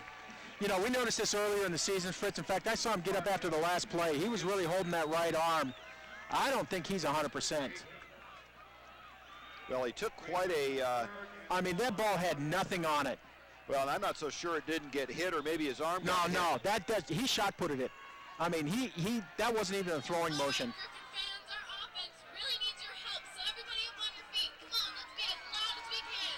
I mean, I'll say right now, this is a loss of composure on the part of Los Al. Well, and look at Coach Barnes talking to the leader on that offense, and he's letting him have it. I mean, and you know, Clark Evans has been the broad shoulders that this offense has rested on, and he has been under pressure all night long. As you say, though, Ron, some questionable calls, not getting rid of the ball. He's had some time. Again, you have to ask yourself the question, is the defensive secondary for the Aztecs that strong to cover your 2 best receivers in the Sunset League? No, I don't think they are. I mean, they've not shown any time previously that they could stop anyone's passing attack. But with 7.5 minutes to go now, I mean, 3rd and 20. Well, Ron, let's be clear about this. If the Aztecs get a stop here, you give it back to Esperanza, and heck, they'll run the rest of the clock out. Yeah, they Nice possibly long drive. could. I mean, that's where you're definitely going to have to force a 3 and out. And now your defensive line has basically had no time to rest. We wouldn't normally say this with 7:31 left on the clock, and the way this game has unfolded, looking at 3rd and 20, this may be the game-deciding 3rd down play. Oh, again, great play there by Richardson. Oh, this is going to be close. This is going to be very close where they've marked this. They're marking it on about the 42-yard line. I'm not quite sure. Oh, they're showing, boy, that the marker. They're going to call for a measurement. Okay, that's the right thing to do. I mean, this was very close when they came down with it. Well, Ron, I don't know from this perspective. But can you get an eye on that and see how close that is? I think it's going to be by about maybe 6 inches of the ball if they do have it. It's not that far off either way. But again, Fritz, I'll tell you what, that throw, that looked like a shot put. That did not look like a throw. It certainly did. I didn't even know if there'd be a receiver under it. It did look like it came out. They've got it. Losal got it by about the length of the ball. Wow. Yeah, I mean, that's not a good throw. And so far, Losal's established no running game tonight other than Clark Evans running the ball. Fritz, I'm gonna say he's got an injured shoulder. Well, and here's the deal with 7:12 left. We need 2 scores if you're a Losal fan, and Los Alamitos has struggled to move the ball quickly, so time could be the biggest enemy for the Griffins.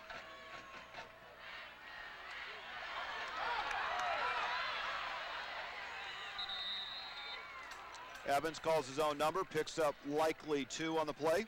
Well, again, the receivers are covered deep downfield, and this is what I don't understand. John Warner on the tackle there.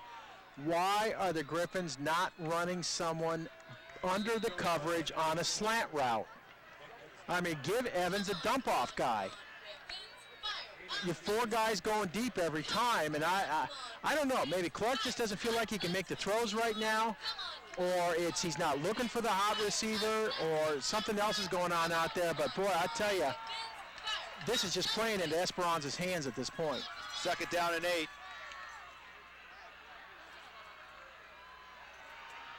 Evans, that's your little screen to Cody Perez. Picks up about 3-4 yards on the play. Well, this will bring up another interesting 3rd down. Dane Poole in on the stop. Now, I'll tell you something, Ron, this drive is taking some time. I mean, the Aztecs are really holding Los Alamitos in check. No big pickups here. This drive started with about 9.5 minutes on the clock. But that's okay, Fritz. With 5:45 to go in the game, I'm not going to worry about Losal getting down and making a score here by running out of time on the clock. What I do worry about is that with this series, they've got to get it down here. Oh, he just overthrows. That time Evans had some pace on the ball and just overthrew the ball. Yep. Okay, I don't see a punt team coming on the field. No, I don't think you can. I mean, Aztecs will run this clock out without any trouble. The question is, what do you call? Oh, I would call 3 guys going deep, drag your secondary down, and run a guy underneath.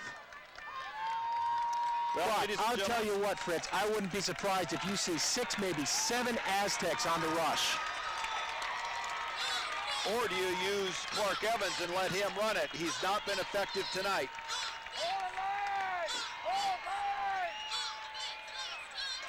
And that's intercepted. Yes, it is.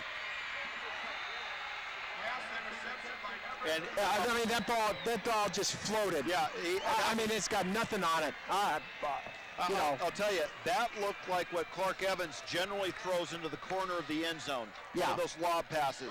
I mean, he's throwing off his back foot. I tell you what, he's totally flustered out there. He's not getting any time to throw. And he had the receiver all turned around. I mean, he didn't even give that receiver a chance. So right. I agree with you. Something has got to be wrong. This is not the Clark Evans that we are used to seeing. And like now, I say, I'm just absolutely stunned that there's been no drag across the middle of the field with a receiver. Down low, underneath the coverage. 3 guys deep, drag 4 guys with him, run a guy on a quick slant across the middle and catch him. 5:22 left in this contest.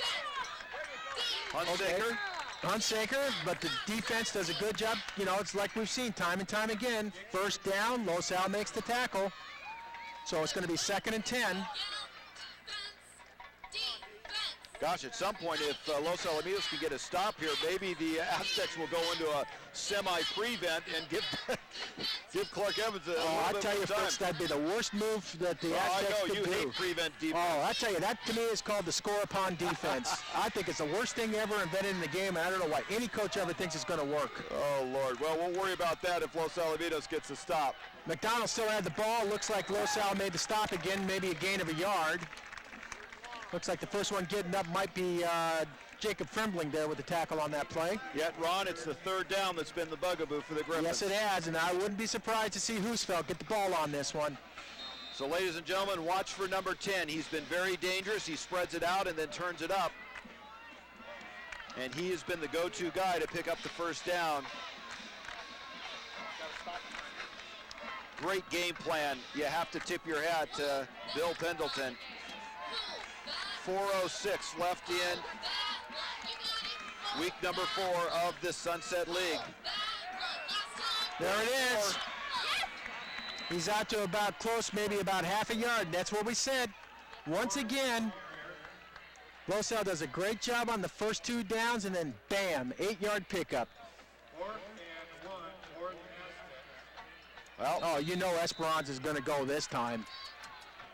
Nope, they're going to punt it again. Okay, Pendleton says, all right, I think my guys can stop him out there. You know, Fritz, it's probably not a bad thought on his part because he's going to run this clock down. He'll probably take the penalty again, so he'll run it down close to maybe about 3:10. Well, in the way they've been bringing pressure, I mean, Los Alamitos has not shown that they can score quickly. They're not punting it. They're not punting. They've come back on the field. Los Al better get ready here. Oh, now they call timeout. Something was totally confused there. Boy, Los Al may have gotten lucky there that there was some confusion on the part of Esperanza because... Well, yeah, you had Josh Barut back waiting for the punt. Had they run a play, you would have had some Griffins out of position. Oh, I think that would have been a huge gainer.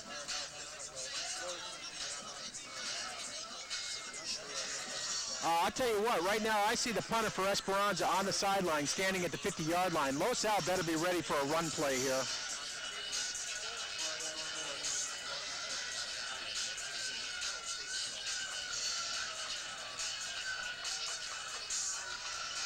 Well, no shortage of excitement in the Sunset League when these two teams match up. 3:15 left on the clock. 21-7, Aztecs on top. 4th down and 1. 1 yard separates the Aztecs from extending this drive. McDonald looking for a hard count. Is he going to try to pull the Griffins off sides? Looks like he's going with the hard count.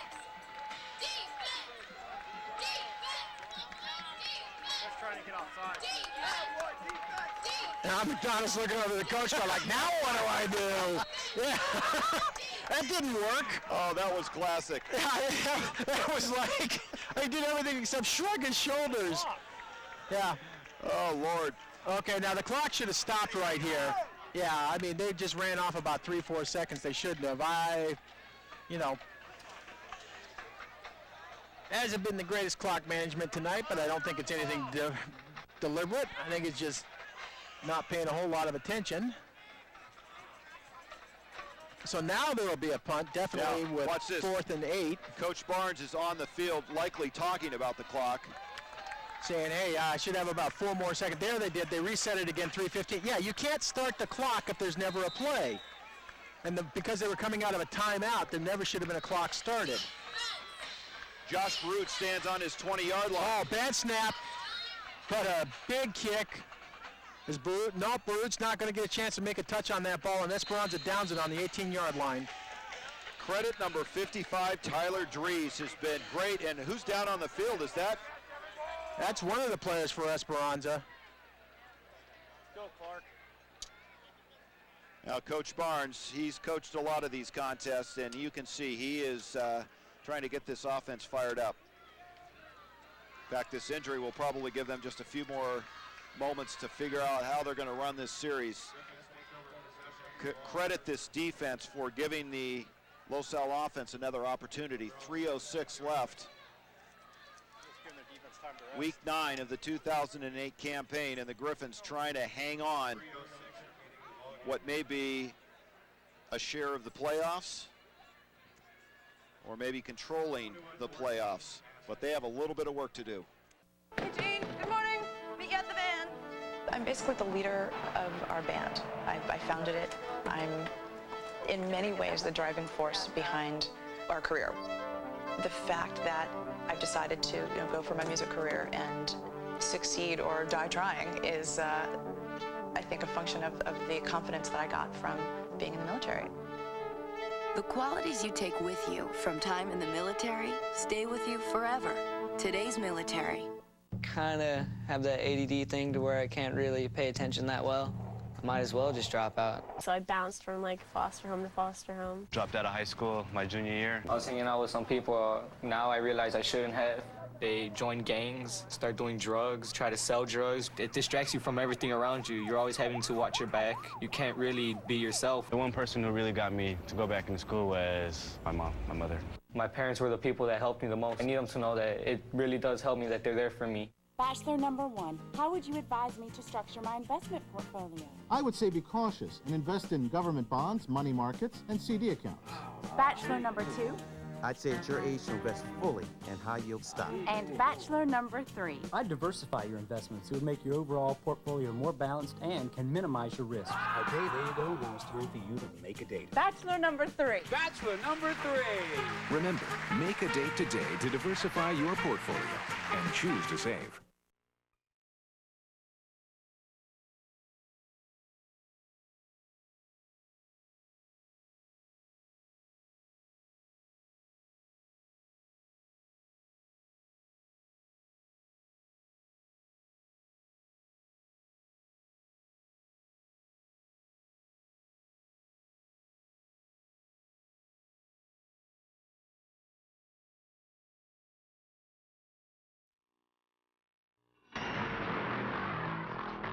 This is no ordinary part-time job.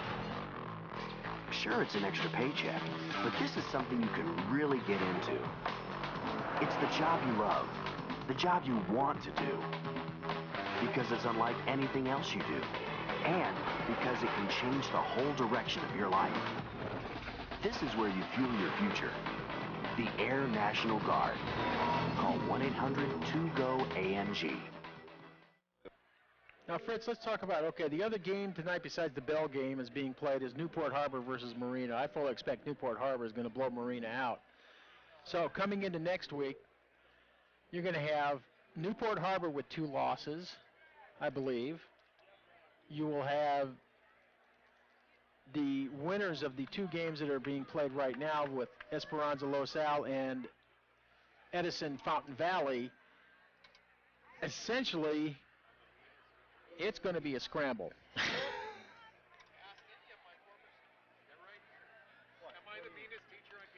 Well, it will be a scramble. In fact, unfortunately, over the last few years, it has been a coin toss, and that just really, throws the playoff season into a coin. I mean, at some level, you could. Well, the other thing is, too, is that you have South Coast League this year where you have, essentially, it's probably going to be Tesoro, San Clemente, and Mission Viejo coming out of. You have the Mora League, and I mean, they're going to take 4 teams out of that league because it's a 7-team league. Then you're going to have Trinity, and you're going to have Sunset. Now, Trinity, you got the same situation. You're going to have 4 teams that are probably deserving of going to the playoffs, and Sunset's going to have 4 teams that are going to be qualified to go to the playoffs, but one of those leagues is going to end up with only 3 teams going. Stubblefield, the injured Aztec, and he walks off under his own power. A big part of that defensive secondary, so we'll see if he comes back in. Clark Evans going for a wide open receiver. Oh, my gosh, I don't believe it. Oh, Richardson's that's Jenkins, just absolutely upset with himself. He knew he had a wide open pass right there. Yeah, but Ron, a lot of air under that ball. It didn't need that much air. No, it didn't need that much air, but Fritz, I tell you what, that just was, Well, that's a play that Daryl Jenkins rarely misses. Yeah, I mean, he just took his eye off the ball for a second, and, again, it's the indicative of some of the focus that Los Al's missing right now and hasn't had the whole game. Ron, is this defense for the Aztecs lightening up on their rush? They're coming only with about a 4-man rush. They're giving Evans time to throw. Oh, geez, he just leads the, Richardson again just led too far. The sure-handed receivers with 2 big drops. Still, that ball does not look like it's coming out of... No, it's not coming out with the kind of zip that you would expect to see. And, Evans is just not leading his guys the way you expect. Well, 3rd down and 10, 2 wide-open receivers. Now, Ron, as we said, maybe if the Aztecs back off just a little bit, doesn't look like they're bringing that heavy rush. It is giving Clark Evans the time. It's almost like Evans doesn't know what to do with the extra time. Oh, and he said, there we go. There we go, still on his feet. That's Richardson that time. Great job. Well, oh, is that Jenkins? Boy, it's always tough to tell. No, that's Jenkins coming down with the ball. And, just when you think that everything's done and they're out of it, Los Al comes through. Clark Evans makes a great throw downfield. Daryl Jenkins comes up with the ball. I guess that makes up for the previous one that he dropped. That's the receivers we expect for the Griffins. Well, both stands on their feet, knowing the gravity of this game. Here you can see, okay, Esperanza's gone too deep on this. Yeah, they're definitely going into a prevent situation now. Look out, this could be dangerous for Evans has got room. Oh, how can they call? Oh, geez. I tell you, this is just getting petty out there. They're going to call a hold again. They're calling the receivers. And I tell you what, the problem is I don't think the referees are used to seeing receivers that actually know how to block. And Los Al, I can't see anything that was wrong with Jenkins on that one, the way he was blocking. Again, same thing. Hands are in, close, tight to the body. You're allowed to do that. Well, clock at 2:16.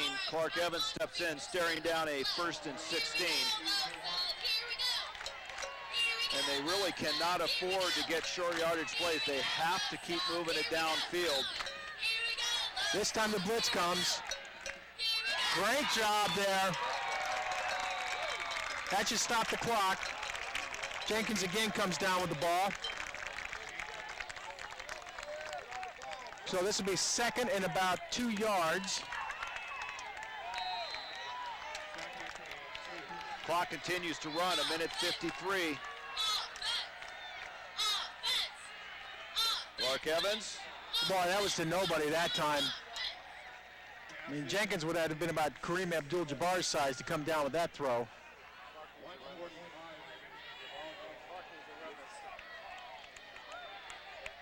So clock stopped at 1:45. Griffins down by 7. So 3rd and 2 for Los Alamitos here. Los Alamitos hoping to go to overtime for the 2nd week in a row, and that is a wish for the Griffins that they would have the opportunity to tie this thing up. Evans with the empty backfield goes and runs it. Oh, he's got a lot of running room. Following his blocker. Cutting back, he's still got his feet all the way down to about the 15-yard line. His best run of the night. That was a great call by the Griffins on that play. Expecting a hard rush on the outside. Evans immediately just takes it on a quarterback keeper. And more importantly, no flags. 1:34. Clock continues to run.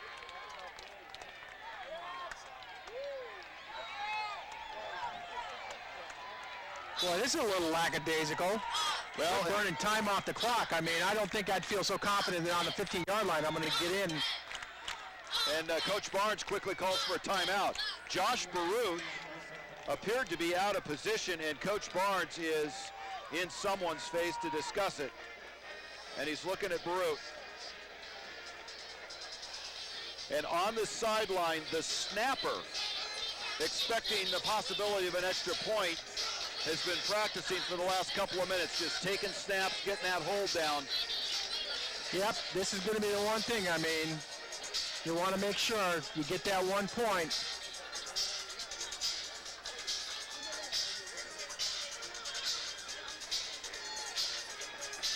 And the holder is Cook, the JV quarterback.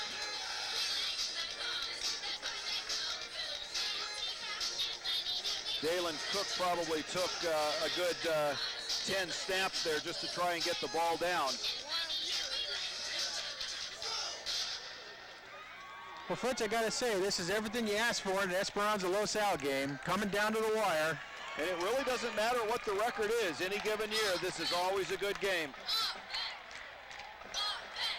So ball sits on the 15-yard line. Griffin's trying to tie this thing up. Clark Evans, all kinds of time, gonna run it. Has a little bit of room. Still on his feet. Down to about the 4-yard line. No flags. This should be potentially close to a first down, and they're calling it. Yep, they're moving the chains up. Boy, Evans with a great move there, cut back on the field. I mean, you just don't see a 233-pound young man move like that. Clark Evans, a special athlete. Wide open receiver, touchdown, Los Alamitos.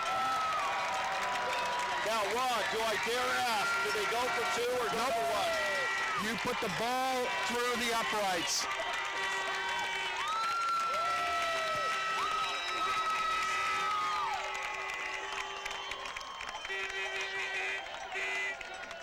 So Los Alamitos now within 1 point of tying this game up with 55 seconds to go. Well, Coach Barnes is still talking to Evans. Are they going to go for 2 here? Holy cow. They're going to put the season on the line. Well, and after last week, maybe you don't even want to risk it. And it looks like Esperanza just called timeout on this series.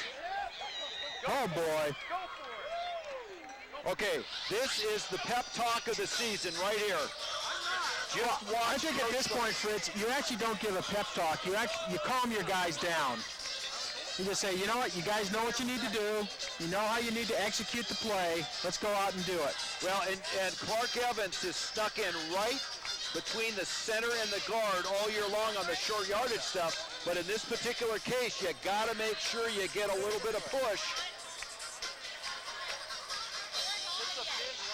Well, you have a couple options in this play, and it's actually somewhat to Los Alamitos' advantage because here all you're looking for is just a quick 1-2 drop throw. I mean, it's not like you need big yardage downfield. You just need a 3-yard throw here, so all you have to do is get a quick pass to either Richardson or Jenkins, and you've got a 1-point lead. Let's see how this is going to play out. Boy, this is it, ladies and gentlemen. This could be the season, all on the line here for Los Alamitos. 54 seconds left in this game. Clark Evans going to pass it. And there's a catch. Yes, it is. Wow. So with 55 seconds to go, Los Alamitos has a 1-point lead. Fritz, this is a classic. How many times do we see this? At the last second, someone takes a lead. You know, Ron, I did not even see Richardson in the frame when that ball was thrown. I thought, who is he throwing it to? And with lightning speed, Richardson comes tearing across the goal line. Well, you know, we've seen all season that, you know, Richardson, Jenkins, the 2 favorite receivers for Clark Evans out there. And I'll tell you what, Richardson does a great job of coming back to his QB on that play. I mean, wow. Los Al, I'm going to tell you, Fritz, 75% of this game, I would have to say the Griffins were not in control of the game. Absolutely not. And now for the last 2-3 minutes, they just come back, put themselves 1 point ahead. I'm sure the coaches are talking to the special teams, and I'm especially sure they're talking to Zach Cadlitz, and they're saying, all right, guy. In fact, John Barnes gives Zach Cadlitz a little friendly shove on the shoulder, says, come on, do what you know how to do. Put that thing in the end zone. Huntsfield and Moore stand on their 2-yard line. And for the Aztecs, if they should lose to control most of this game, wow, you just think what could have been. And Ron, they let up on that last drive. What I tell you, Fritz, what's a prevent defense? Oh, good move here. Keeps the ball on the ground. Now they got to make the quick tackle. There they go. Nice job. I mean, prevent defense is what defense? It's a score-upon defense. Well, there still are a few options here, although the Aztecs have not been able to pick up big yardage. They did bring in Drew Huntsfeld. Well, here's the thing, Fritz. What Los Al has to do here is they have to make sure they don't over-pursue and don't let Husfeld or Moore break free. Well, Huntsfield was very effective in the late second quarter in moving the ball in the air. They have not thrown it much at all tonight, maybe 3-4 times. Huntsfield was able to move that ball and actually set them up before the halftime break to get that touchdown. Well, with 49 seconds left, you've got to think about going to the air here. Husfeld's in motion. Yeah, he's looking. No, that's incomplete. That'll stop the clock, though. Somebody ought to tell the Esperanza timer it's his team on the field. Stop the clock as soon as the ball hits the ground. Here's the intended receiver. I tell you, that was an ugly throw. I can see why Husfeld's the leading thrower for Esperanza. So McDonald not able to take advantage of a quick route. 43 seconds left in the game. Esperanza 2nd and 10. Remember, so far on the night. All right, Husfeld's back in the QB position. He's under center. Husfeld, quick handoff. But he's tackled, Moore's tackled, and now, this is now the time. I don't think Esperanza has any timeouts left. Oh, no, they do. They're using their last one. Moore, the ball carrier there. A Griffin, had a great shoestring tackle there. Was drug about a yard or two, but really saved that from being a big pickup. Well, the thing is, too, Fritz, is, I mean, if you're Esperanza, you do a running play right there. I mean, you have to burn that timeout, and you still have 35 seconds left. That's it. They're out of timeouts now. Should they have to run another play here? I mean, they're going to have to go to the air, Fritz, because they've got to stop the clock. Last thing you want to do is stop the clock. Wow, what a game. Los Alamitos trying to go to 3-1 and stay atop of the Sunset League, but boy, the Aztecs have made it a tough battle, and this thing's still not over. 35.2 seconds. Los Alamitos goes for 2. Yeah, and I'm not calling this game yet. There is still way too much left. I mean, as strong as we've seen the leg of Esperanza's kicker tonight, number 55, I'll tell you what, if they get down to maybe about the 40-yard line, I wouldn't be surprised to see them trotting him out on the field. Husfeld, big throw, nobody there. Stubblefield, the injured player. Fourth down, here we go. Here we go, it's 4th down with 29 seconds left. Well, they had Stubblefield and Pierce in at the wide receiver spot and overthrown. Boy, Husfeld's got a cannon for an arm. I'm surprised. Why are they not using him as a QB for all season? When I did the stats for the game, I go, oh, gosh, they're lining Husfeld up as a wingback, and he's got almost 1,000 yards throwing. 28.8 seconds left. 4th down. I am your fire department. I am your fire department. I am your fire department. I'm your fire department. I am your fire department. I am your fire department. I am your fire department. I am your fire department. I am your fire department. I am your fire department. I am your fire department. I'm your fire department. I am your fire department. The Orange County Fire Authority. 1,600 employees, 22 cities, one job. We are your fire department. Entrena con rigor y mantente concentrado. Respect yourself, win the right way. Todo es posible si así lo crees. Don't cheat. It's not worth it. Si no compites honestamente, You cheat your family, tus amigos, your sport. tú mismo. Compite honestamente. Because real athletes play fair. It isn't an order or a command. Protocol doesn't require it. The oath of enlistment doesn't refer to it. So why do sailors devote so much time to helping Americans in need? To instituting programs on their behalf? Because when you're in the Navy, you go wherever the battle is.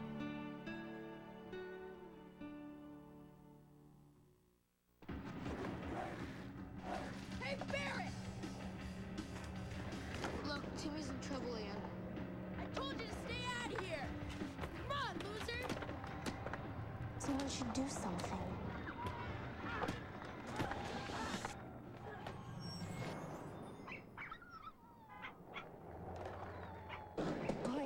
see that happen.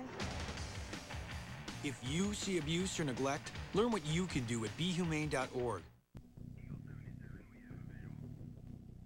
I joined the National Guard and never thought I'd be saving lives.